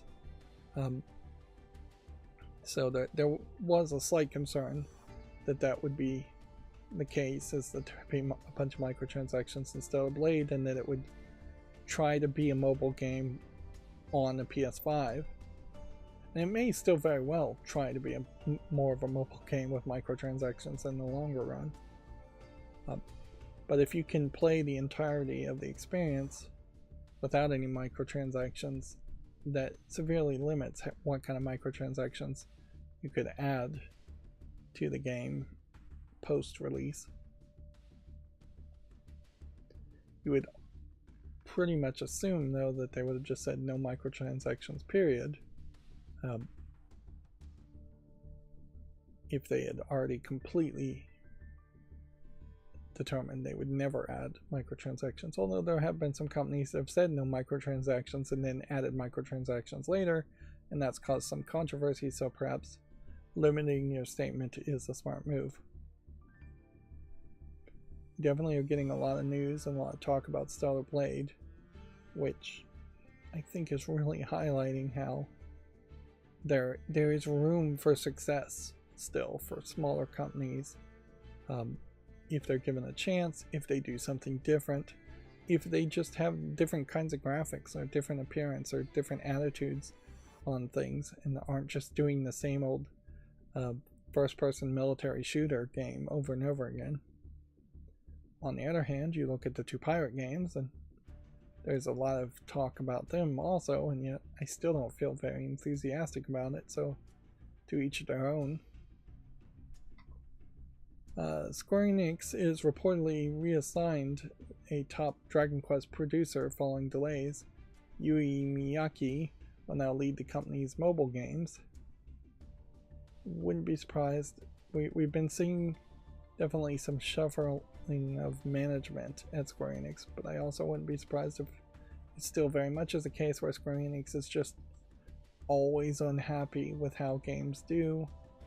Mobile Dragon Quest games in particular, there's probably too many of them and they probably aren't that interesting, and I would tend to want to see just one annualized good AAA Dragon Quest games and not a bunch of spin-offs that don't really matter. Relic has announced layoffs following its split from Sega. It says the cuts will give it the best possible chance to survive in an increasingly volatile industry. I would argue the video game industry is probably not that volatile. It is just a case that the industry has gotten together and decided that they want to lay off as many people right now while they can get away with it so that they can hire other people at lower wages. This may very much be in part an industry-wide attempt at union busting, as we're starting to see actual unions form in the video game industry. And frankly, that's the one thing that would kind of push me into thinking about entering the video game industry if I was ever actually going to try and do that. It definitely changes the terms quite a bit. If all of a sudden I know here's an established union and it's a union shop. So if I go and work at a place, I would have extra protections against the union from just being laid off and fired. Of course, they have to get to that point, and unions are not at that point yet.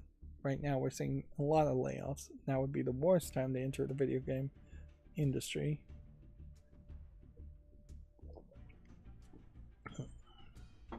And certainly it still would make a lot more sense if you're a programmer to just program for a bank or for any other kind of company in any other industry, and then program video games as a hobby. You'll get paid more, you'll work less, you'll have more job stability. You'll probably have better benefits too. Let's see, we already talked about how Ninja Theory's co-founder Tamim Antonitis has left the Xbox studio. Vlamebeer co-founder Jan William Najam has become the sole owner of the indie studio. I feel like I've seen this logo, but I don't think I've heard anything else from it. This news means the Dutch studio could be set for a mini revival, with Najam pledging to release Ultra Bugs and supporting existing projects. It never makes sense for there to be co-founders or co-owners.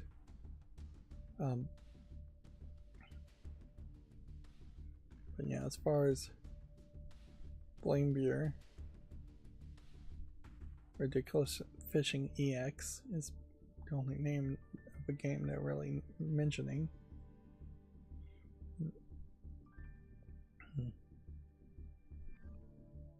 But yeah, it always gets into a messy situation when you don't have a single person in charge owning a company, particularly video game companies, because you need a single artistic vision to some extent coming from the top, from the owners. But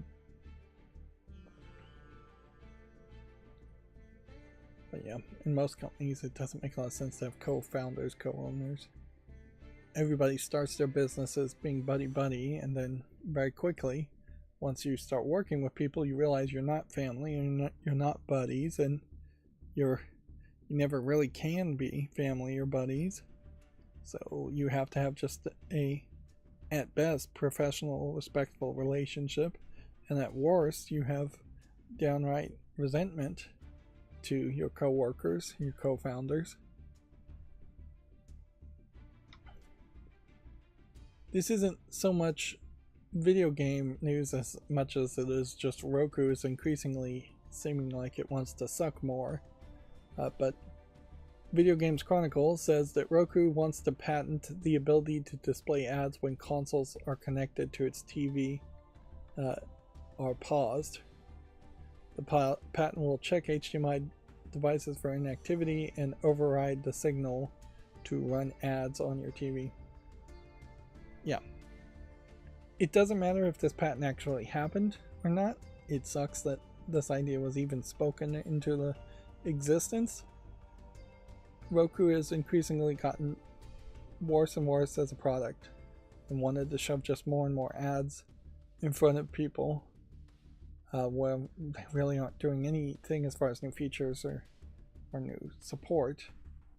So I definitely can't recommend Roku as an operating system anymore.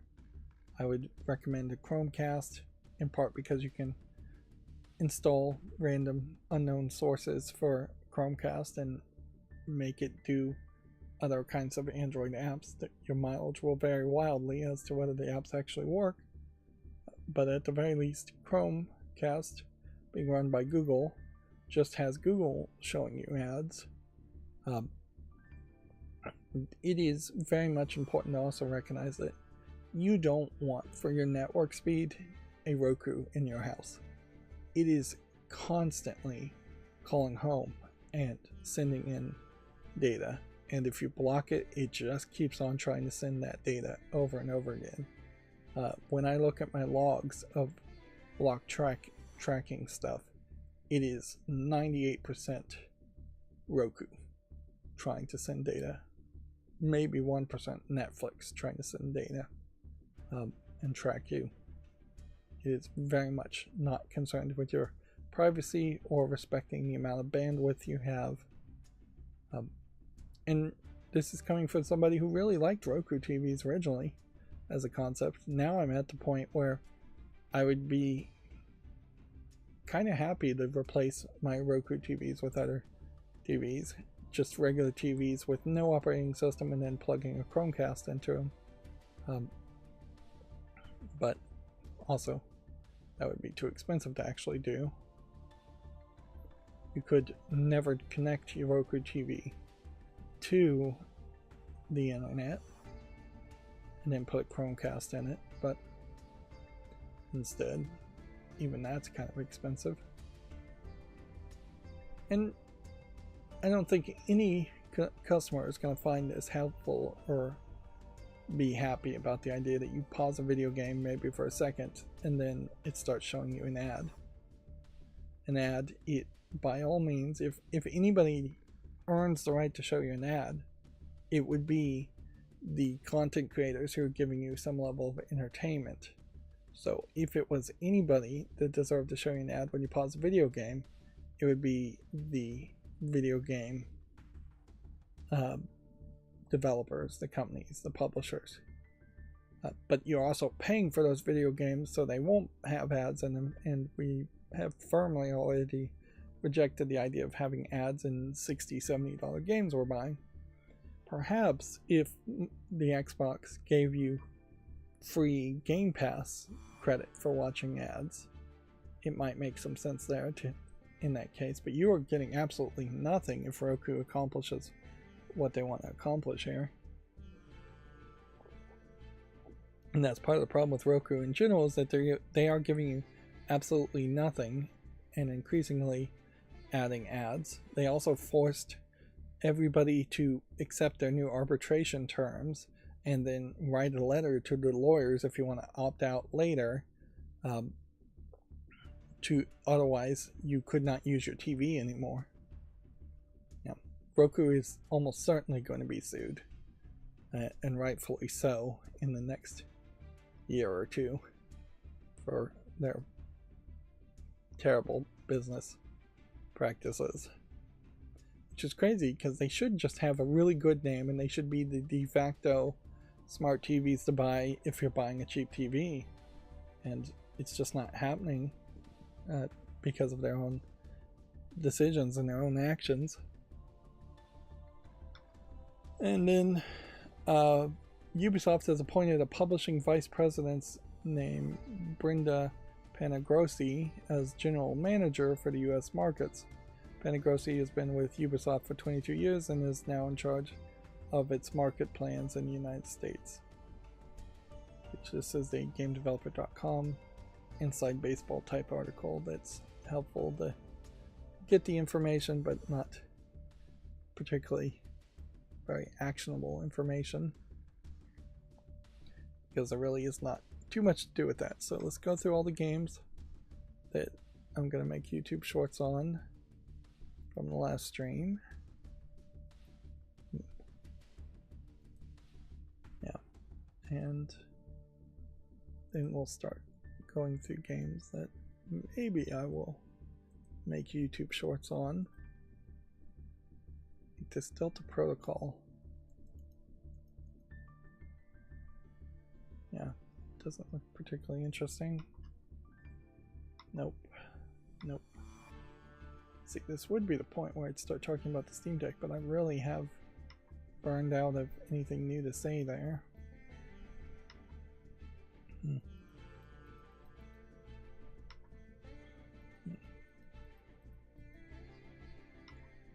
Overall, there is still a lot I'm dropping the ball on, in that a lot of these services and applications that I'd like to have running on my servers are not running because my servers are not running. So having like Nextcloud and having your own self-hosted Google Drive type application, interesting, mostly negative. Let's see why this is so negative. That is something I would like, but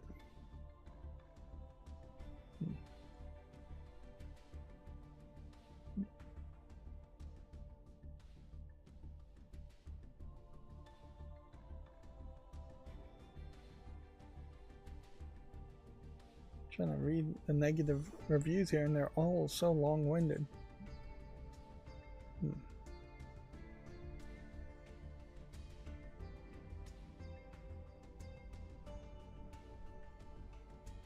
Yet another mobile, hyper-monetized, underdeveloped, and unfun autoplay game where if you aren't spending $1,000 or more a month on shop items, you might as well not be playing.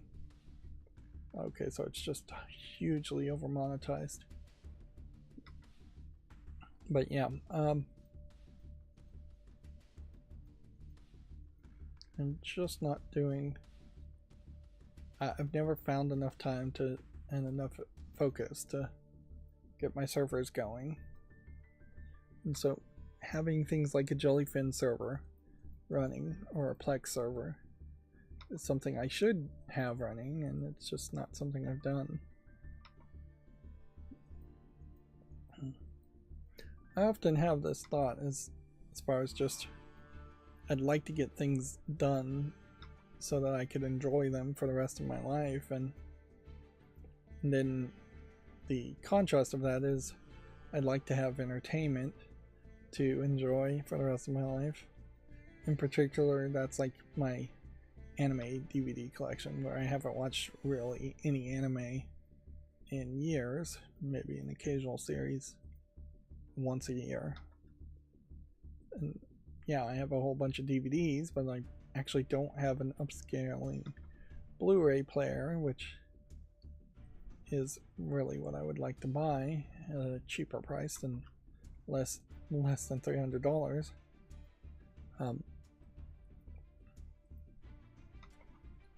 But also I really just question whether I will ever be in that same mindset that at the age of 50, 60, 70, 80, or 90 I would actually want to sit down and watch anime. I mean, who knows, but that does seem weird to be extremely old and watching anime. On the other hand, there are extremely old people today that watch westerns, and that's what they watched when they were younger. So it's not unbelievable.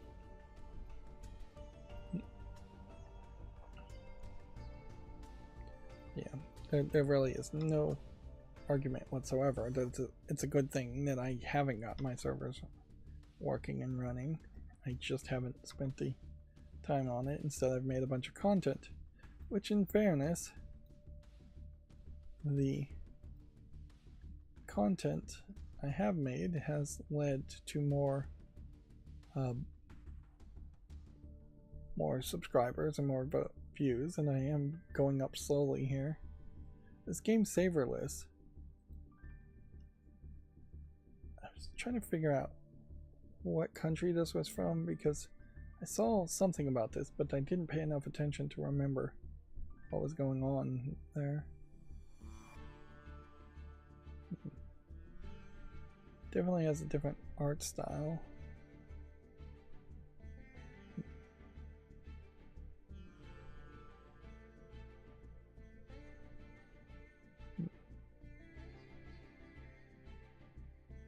Yeah.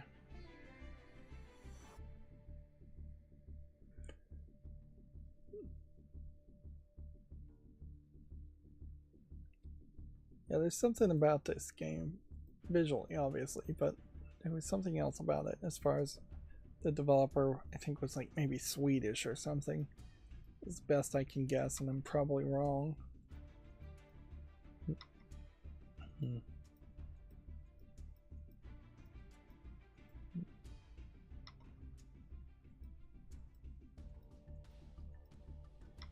Of course, there's almost certainly in everybody's life a long list of things that they never get around to, never really want to get around to.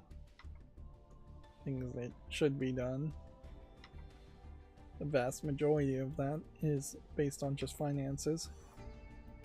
Yeah, if I was a billionaire, then obviously I would probably just be hiring a lot of people to do a lot of things and getting things done.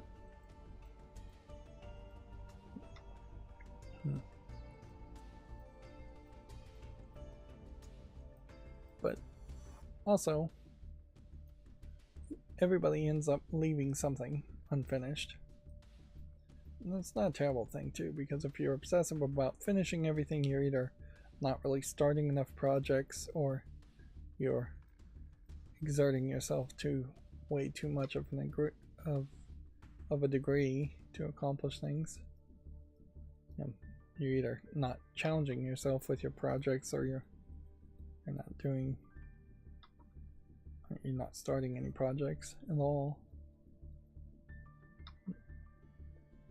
Mostly this used to be a situation that was kind of uniquely the case of books, where everybody secretly would stop reading books quite often or never even start reading books.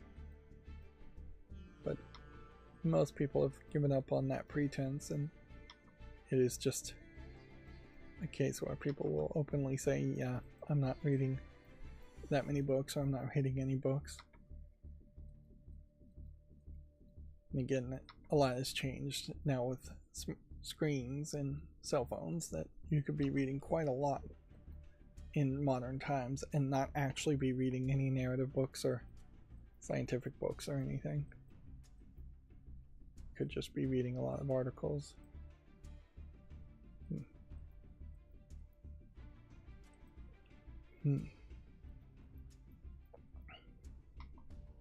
But yeah, to get back to how that connects to the Steam Deck, there definitely are clients for things like Plex and Jellyfin that make a lot more sense if you can run your own servers, and then those own servers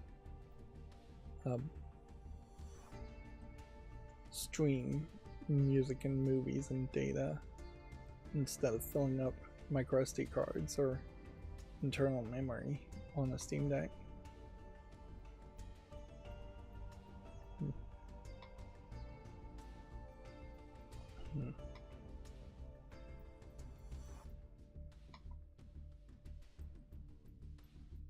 Anonymous Hacker Simulator. I'll give that a chance. It's probably nothing. We're still seeing a lot of the same old, same old. This one's a little too all over the place visually.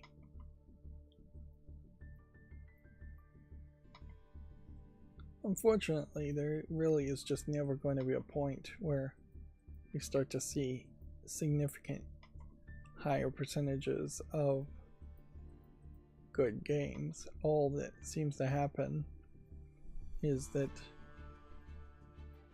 as you get deeper and deeper towards Christmas, you start to see just a larger amount of games overall, and so the absolute number of good games goes up, but then the absolute number of negative games also goes up, or garbage games goes up.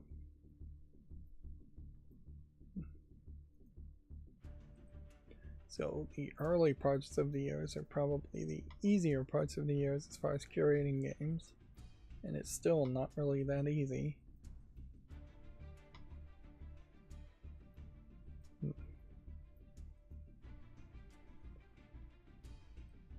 Certainly as far as not accomplishing things, doing any fall list cleanup is something that definitely I'm not accomplishing anything with.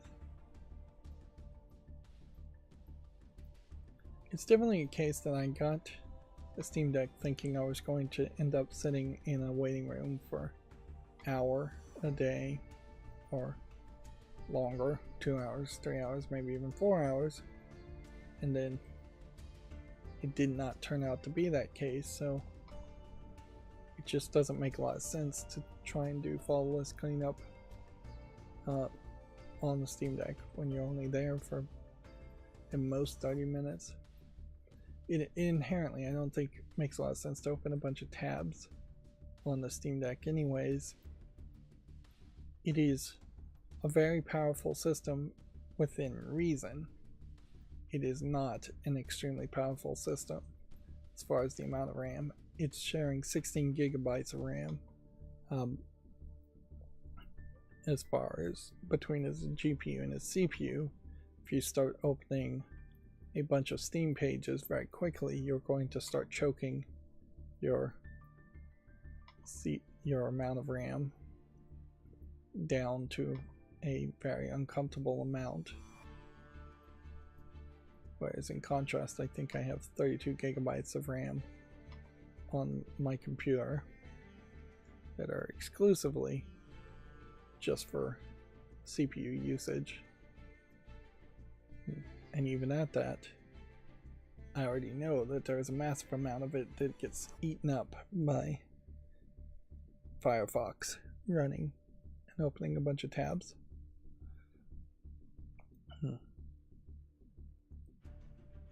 Alright, so we have our SteamDB 24-hour peak numbers, which I'm starting to think that my chart is pretty much proven to be useless, and I don't know if I want to double down on it and try and make it more useful, or just admit that it was a failed experiment.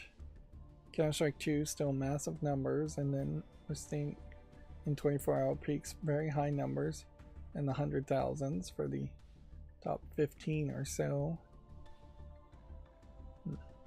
of games. And content warning we can see is in the 23rd spot with 64,451, and that's probably the newest game they really pay attention to.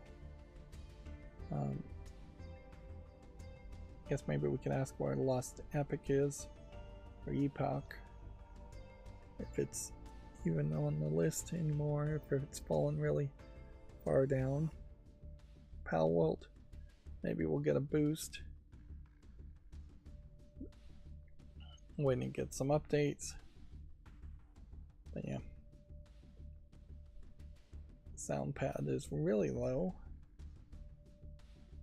from what it has been in the past, although that seems kind of reasonable. Belartro is kind of low. Last Epoch is way down here on the 60th. So there definitely, at most, is a trend that we've been seeing of games falling very low after they get their 15 minutes of fame. Yep. Frontier publisher sales going on Steam. And we really haven't had any talk at the moment around a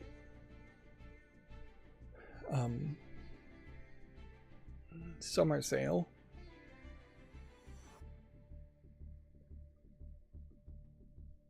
And the new and trending collection of games is its own wild thing where I'm not sure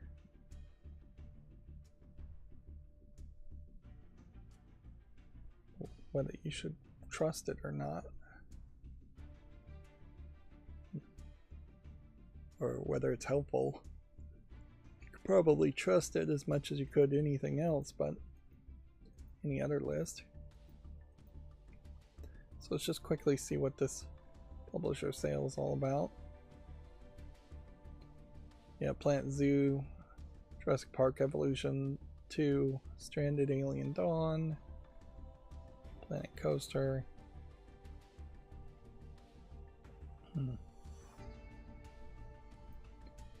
Yeah. So it's kind of a smaller collection of games, which is true for any publisher sale really see. And then maybe my chart is somewhat useful in that we see Apex Legends falling down here, and Market Blade Point falling down, Helldivers maintaining kind of a low level, Stardew Valley, Palworld coming back up a little bit, and Content Warning seemingly it's fallen way down, which is no surprise considering Content Warning was free originally and then is now selling itself for $7.99. And yeah, I'm kind of glad to see that didn't work. And then this chart is just a mess with different colors, showing way too many different colors. Alright, and so now let's just go through the headlines and see if we can get some new clips and get it to work this time. And see if there's actually any news worth talking about. Because it definitely doesn't feel like there was a lot of news this Friday.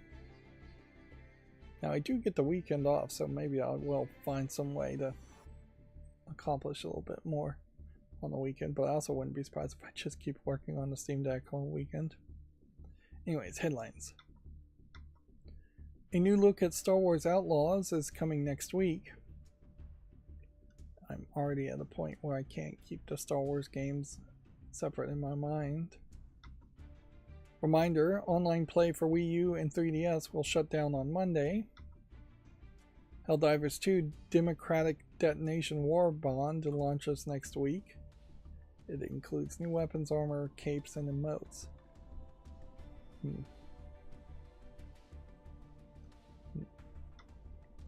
Microsoft has launched Xbox's Spring Sale, offering savings of up to 50%.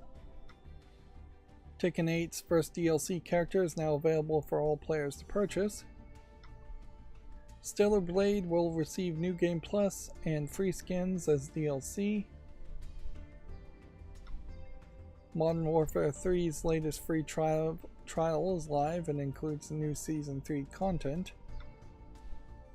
Rare explains Sea of Thieves PS5 cross-progression, friend invites, and exclusive items. I guess if you are excited about Sea of Thieves, then you probably would want to check this out. I like the visuals of Sea of Thieves. There is definitely a chance here that Sea of Thieves may actually be a game that would catch my attention, but then it's a multiplayer focused game, I think. And if that's the case, I still wouldn't play it. Square Enix reportedly reassigns top Dragon Quest producer following delays. Relic announces layoffs following its split from Sega. Roku wants to patent the ability to display ads when consoles connected to its TV are paused. Pinball FX is adding tables based on Knight Rider, Xena, and Battlestar Galactica. Mobile game Star Wars Galaxy of Heroes is getting an enhanced PC port. The game will have support for higher resolutions than 60 frames per second. That doesn't inherently mean that the models are going to be any better, though. And frankly, it looks to me like it is just the generic concept of a RPG, mobile RPG, with Star Wars skins over everything.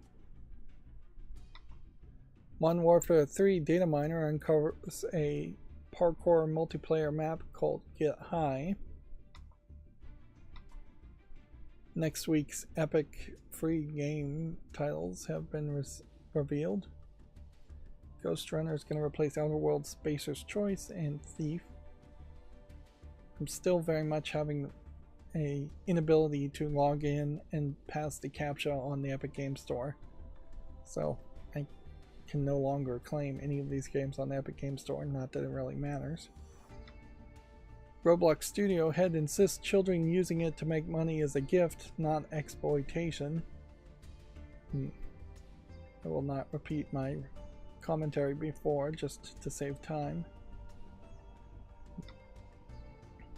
A non-VR version of C Smash VRS is coming to the PS5 this summer.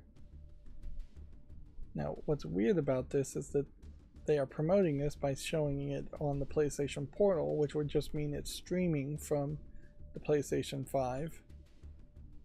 Which just definitely does not feel like this is the right way to play what would have been a VR game originally. Seems like that's the absolute worst way to play it.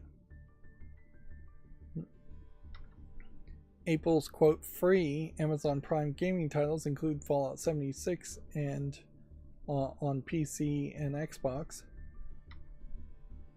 The first Gears of War 6 news will reportedly be coming this summer. Final Fantasy VII's Rebirth's impossible Platinum Trophy bug will be fixed in the next patch. Hellblade 2 runs at 30 frames per second with dynamic resolution on the Xbox Series X and S. Yeah. So inherently, this was what I in part said, is that I was not very much impressed with the graphics of Hellblade 1 as much as they wanted me to be impressed with it. And now to push the graphics, I think their engine is just really bad. They're now running at 30 frames per second with a dynamic resolution, which means they can't even get a consistent 30 frames per second at any resolution. Ninja Theory says the sequel doesn't include graphics modes and frame rate can only be raised on the PC. Yep. And see, that certainly makes it seem like it's not going to be a particularly high quality game, which I wouldn't be surprised. Yep.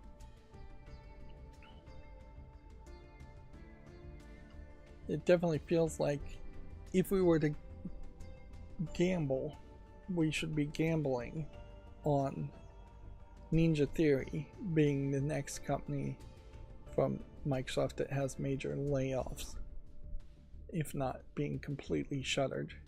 I wouldn't be surprised if Microsoft just tries to completely shutter it, move the employees around to other departments.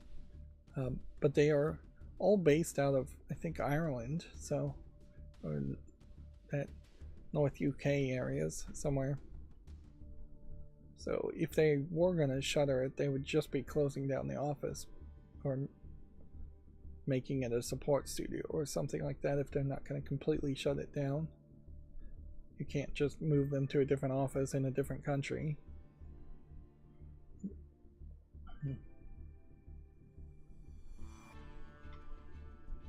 Saber Interactive founder says everyone seems to like to pick on Embracer. There's a free beta key giveaway. Play the adaptation shooter Ascendant this week. Beta will run for 2 days from April 5th. This is a giveaway coming from VideoGamesChronicle.com themselves, which I've never seen them do that before and call that news. New Palworld update introduces the game's first raid boss. No pictures available. Ninja Theory co-founder Tamim Antonides has left the studio. Hellblade 2 studio Ninja Theory thinks its fans enjoy shorter, focused games. Even if that was true, they don't enjoy dynamic resolution and 30 frames per second. The suspect behind a Nintendo Live 2024 threats has reportedly been arrested. Nintendo recently canceled a series of public events in Tokyo over safety concerns. Which, okay. We'll have to wait and see if there's any actual news there or whether this is just rumors and speculation.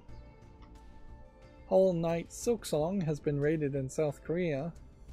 This implies it is an actual game and it is going to be announced pretty soon.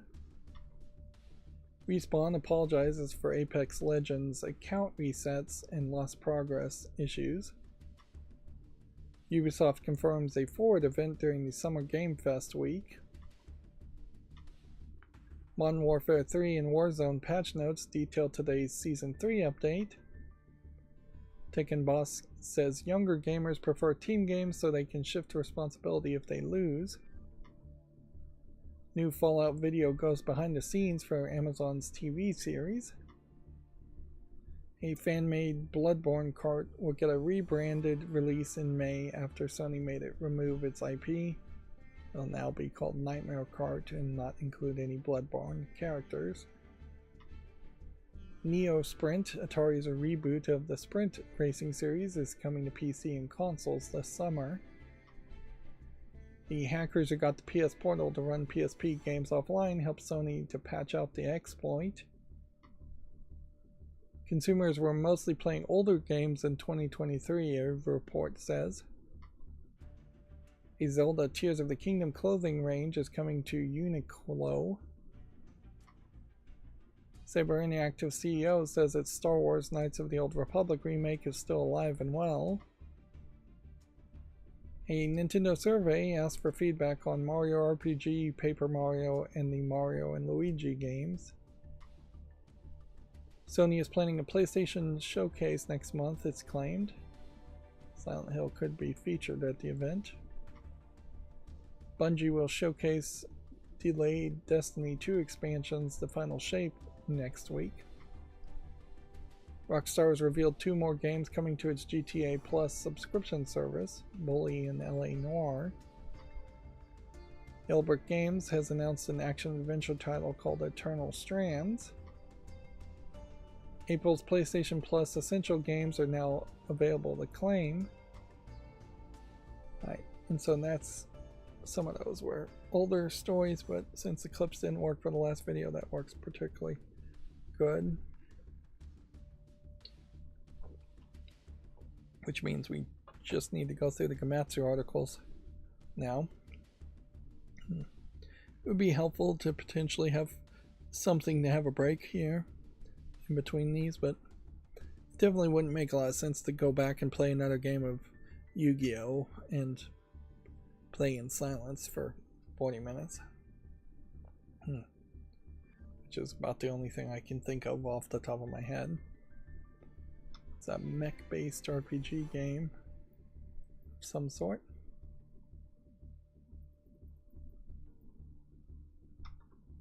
Bloomberg says Dragon Quest series executive producer Yu Miyake is to step down.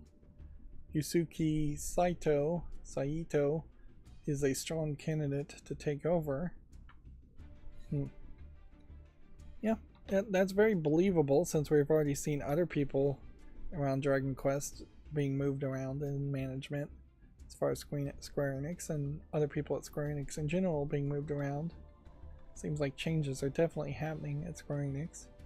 Maybe for the better, maybe for the worse. We'll just have to wait and see what happens. Probably not much will change. Not as much as you would expect. The Legend of Heroes Trails Through the Daybreak 2 is coming to Switch on July 25th in Japan.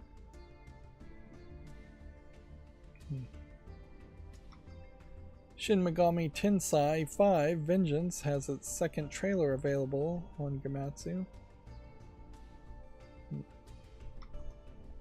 Endless Ocean's Luminous Sounds of Sea trailer is available on Gamatsu. Toybox Inc. trademarks Natsumon 20th Century Summer Kid in English in Japan. Which, that makes me wonder if they perhaps are going to try to make an English Asian release, or if they actually are going to try and bring it to the West.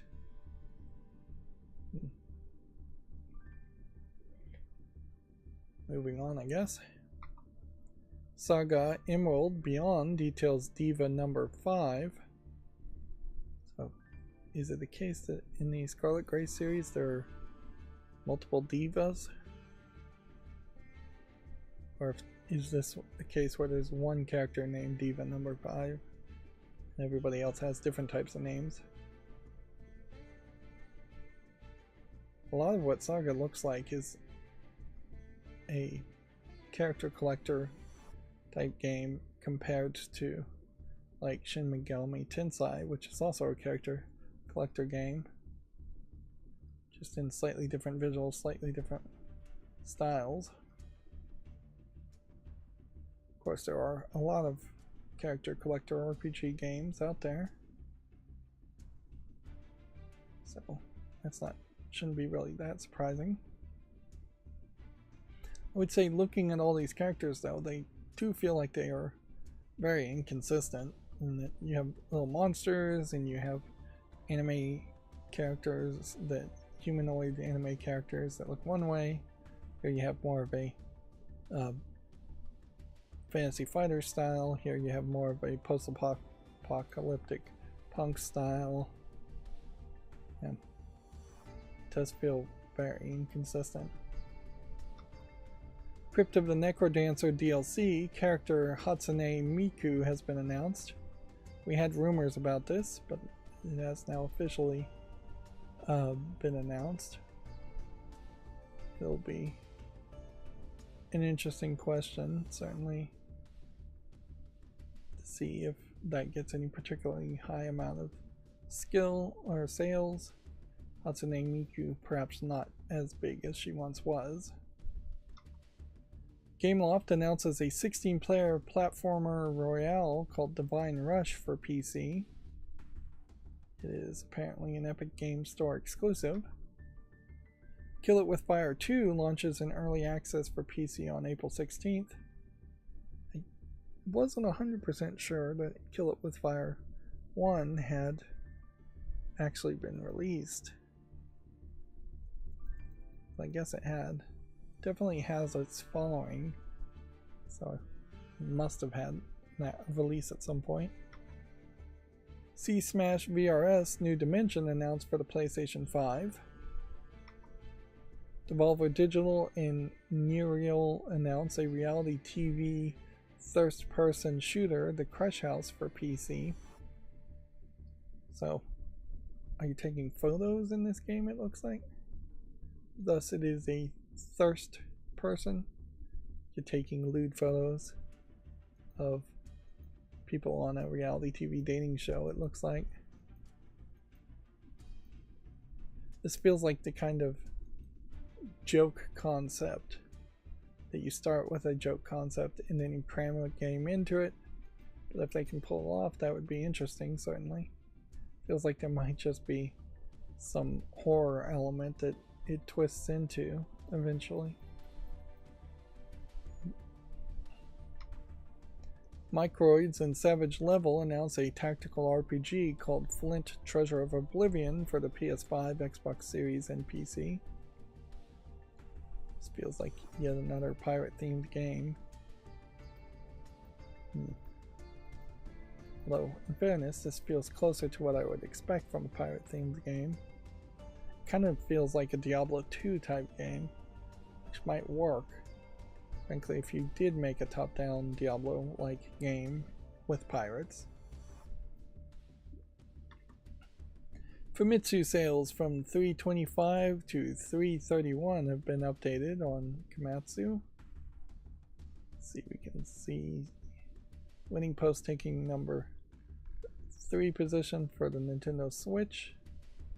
Rise of Ronin still number 2 position for the PS5. And then the PS4, the PS5 version Winning Post taking the number 7 position, and then the PS4 version taking the 15th position, and Winning Post 10 for the PS4.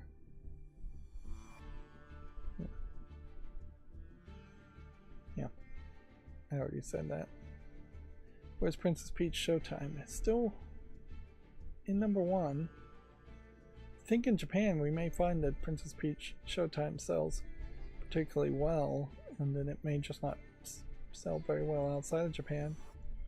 And then number 30th is a Switch game that called Hayoki Shinkai Yugiroku Taishi Taichi no Dainikai, which I have no idea what that would mean in English. I probably didn't pronounce that anywhere close to being correct. The Switch OLED model is still holding on to the number 1 spot. It's been holding on to the number 1 spot, I think, for probably at least a year now, at least.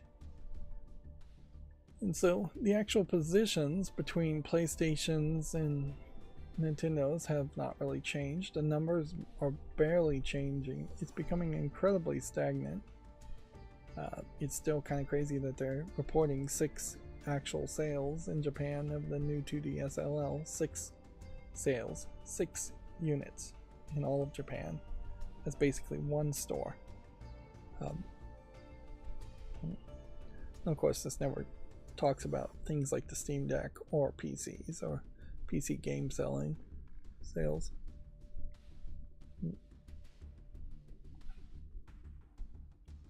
But yeah.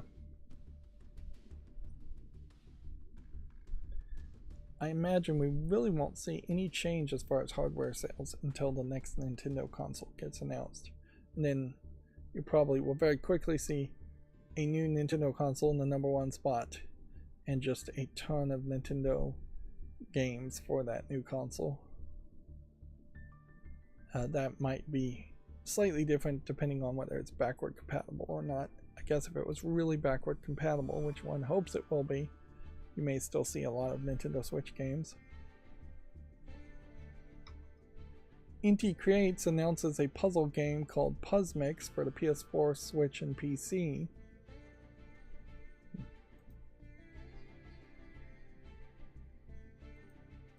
We're seeing a lot of these kinds of games where it's objects getting thrown down into what looks like a Tetris field, but then they are merging together and becoming larger and larger objects.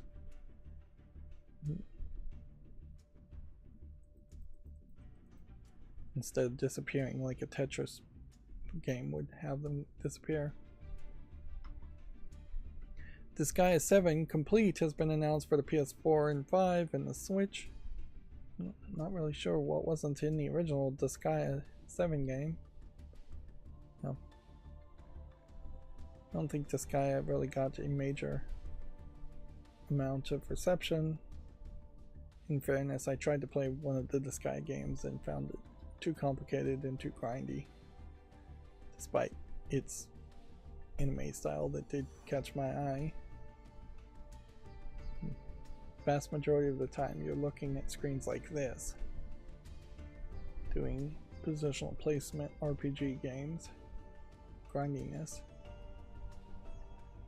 One thing that's interesting about the art style here, I noticed, is that Disgaea 7 Complete here is showing off a lot of the characters, but they have actively chosen to not show one character that was highly prominent in the press material originally.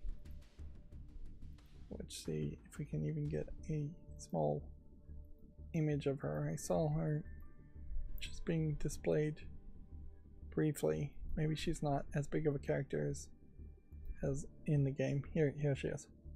So you had this green-haired anime girl that has a belt for just covering her chest, and you saw a lot of her in the promo material for Disgaea 7, and they have opted to go away from that.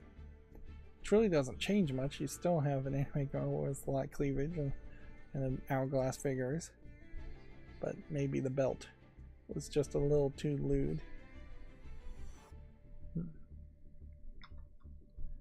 Trigger Heart Excelia launches April 26th for PC worldwide, May 2nd for the Switch.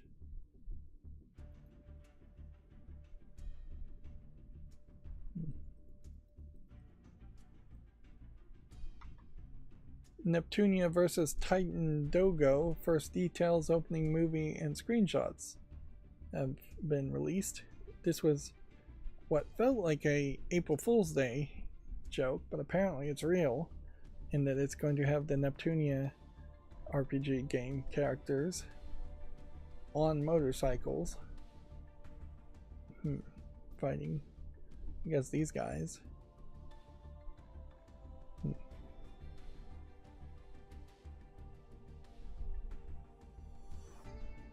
It, to me, seems like you're probably just playing a Neptunia game but moving on motorcycles, which in fairness, any game like the Pokemon game where they introduced Pokemon that were effectively motorcycles might benefit from just faster expected speeds of gameplay.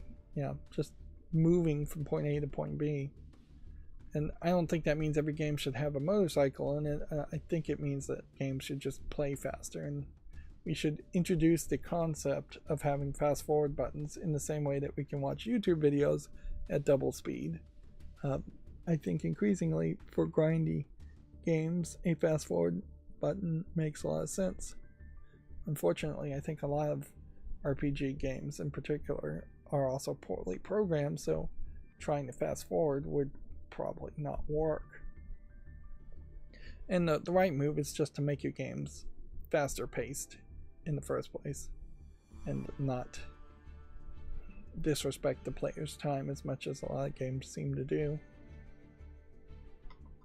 Saga Emerald Beyond Diva number 5 and final trailers are available. I have to assume this is Diva number 5, one of the game's 6 protagonists. Interesting, so there's several protagonists in one game. Some convenience store for Switch launches July 25th. This looks like a visual novel of some sort. Let's see, it was released on Steam in 2000 and is on my wish list. Yeah, I remember seeing this. I don't think I'll make another YouTube short around it though. It is interesting certainly to have something coming out to the Switch though, and on Steam it's tagged as being mature and having sexual content.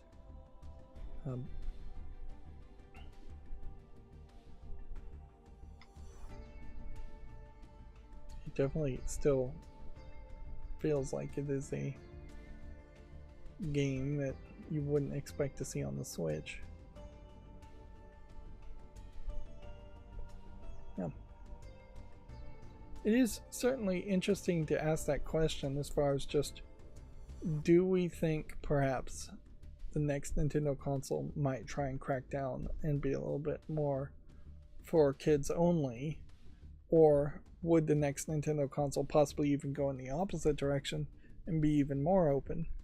I imagine they probably feel like they're fairly comfortable to just stay where they are, which is to allow a lot of games to be on the eShop, and then as long as it doesn't cause controversy, not really promote or mention them. Which weirdly, the Nintendo Switch's releases, with a lot of Nintendo games being for kids and younger kids, and then a lot of mature games also being allowed, highlights what PlayStation and Microsoft should be, and they aren't, in that both PlayStation and Microsoft are very poor in the field of young kid games. And these are things that you could have said generations ago, frankly, that there should be always this concerted effort to have a few more kids games. There really has never been a point where it felt like you should buy an Xbox for a kid as their first console, or a PlayStation for a kid for their first console. It just doesn't make sense, at least from the PlayStation 3 onward. That they should just have some third-party developers making kids games, and they didn't, and that's why things like Roblox and Fortnite and Minecraft have just been really popular amongst kids. Is because there just really hasn't been a lot of competition there. Anyways, moving on. Soul Cresta Complete Set is now available. Standard Edition and DLC prices have been reduced.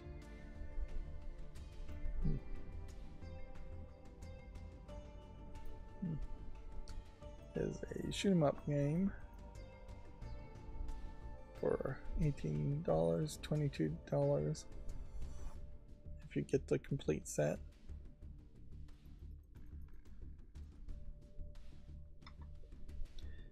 .2D retro pixel art action adventure game Castaway has been announced for PC.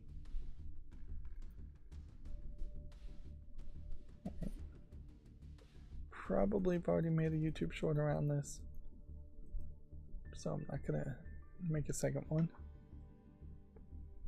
Although in fairness, it actually probably doesn't matter if I make a second one,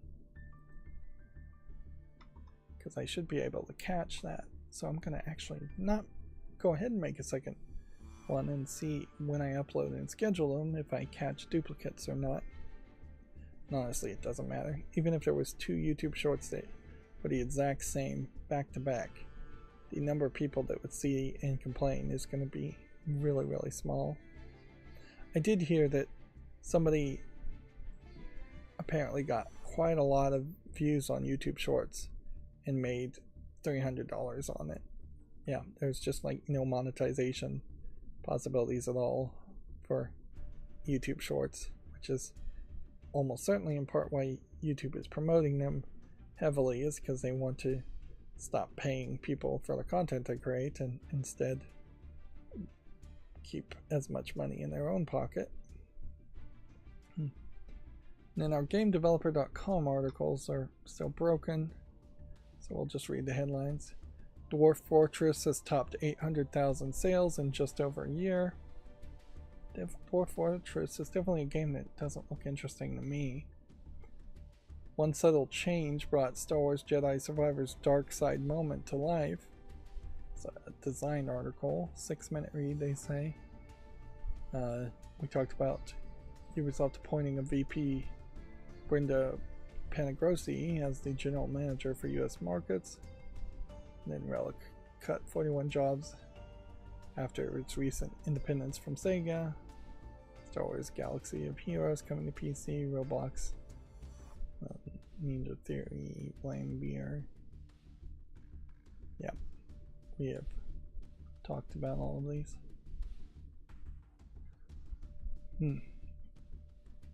This one is, I guess, worth pointing out here, in that Content Warning opened to nearly 205,000 players and netted 6.2 million owners, and now has completely fallen off as soon as it started charging money. And I suspect actually didn't get many sales at all.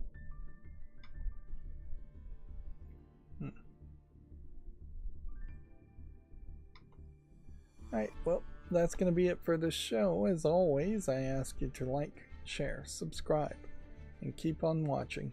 Thanks.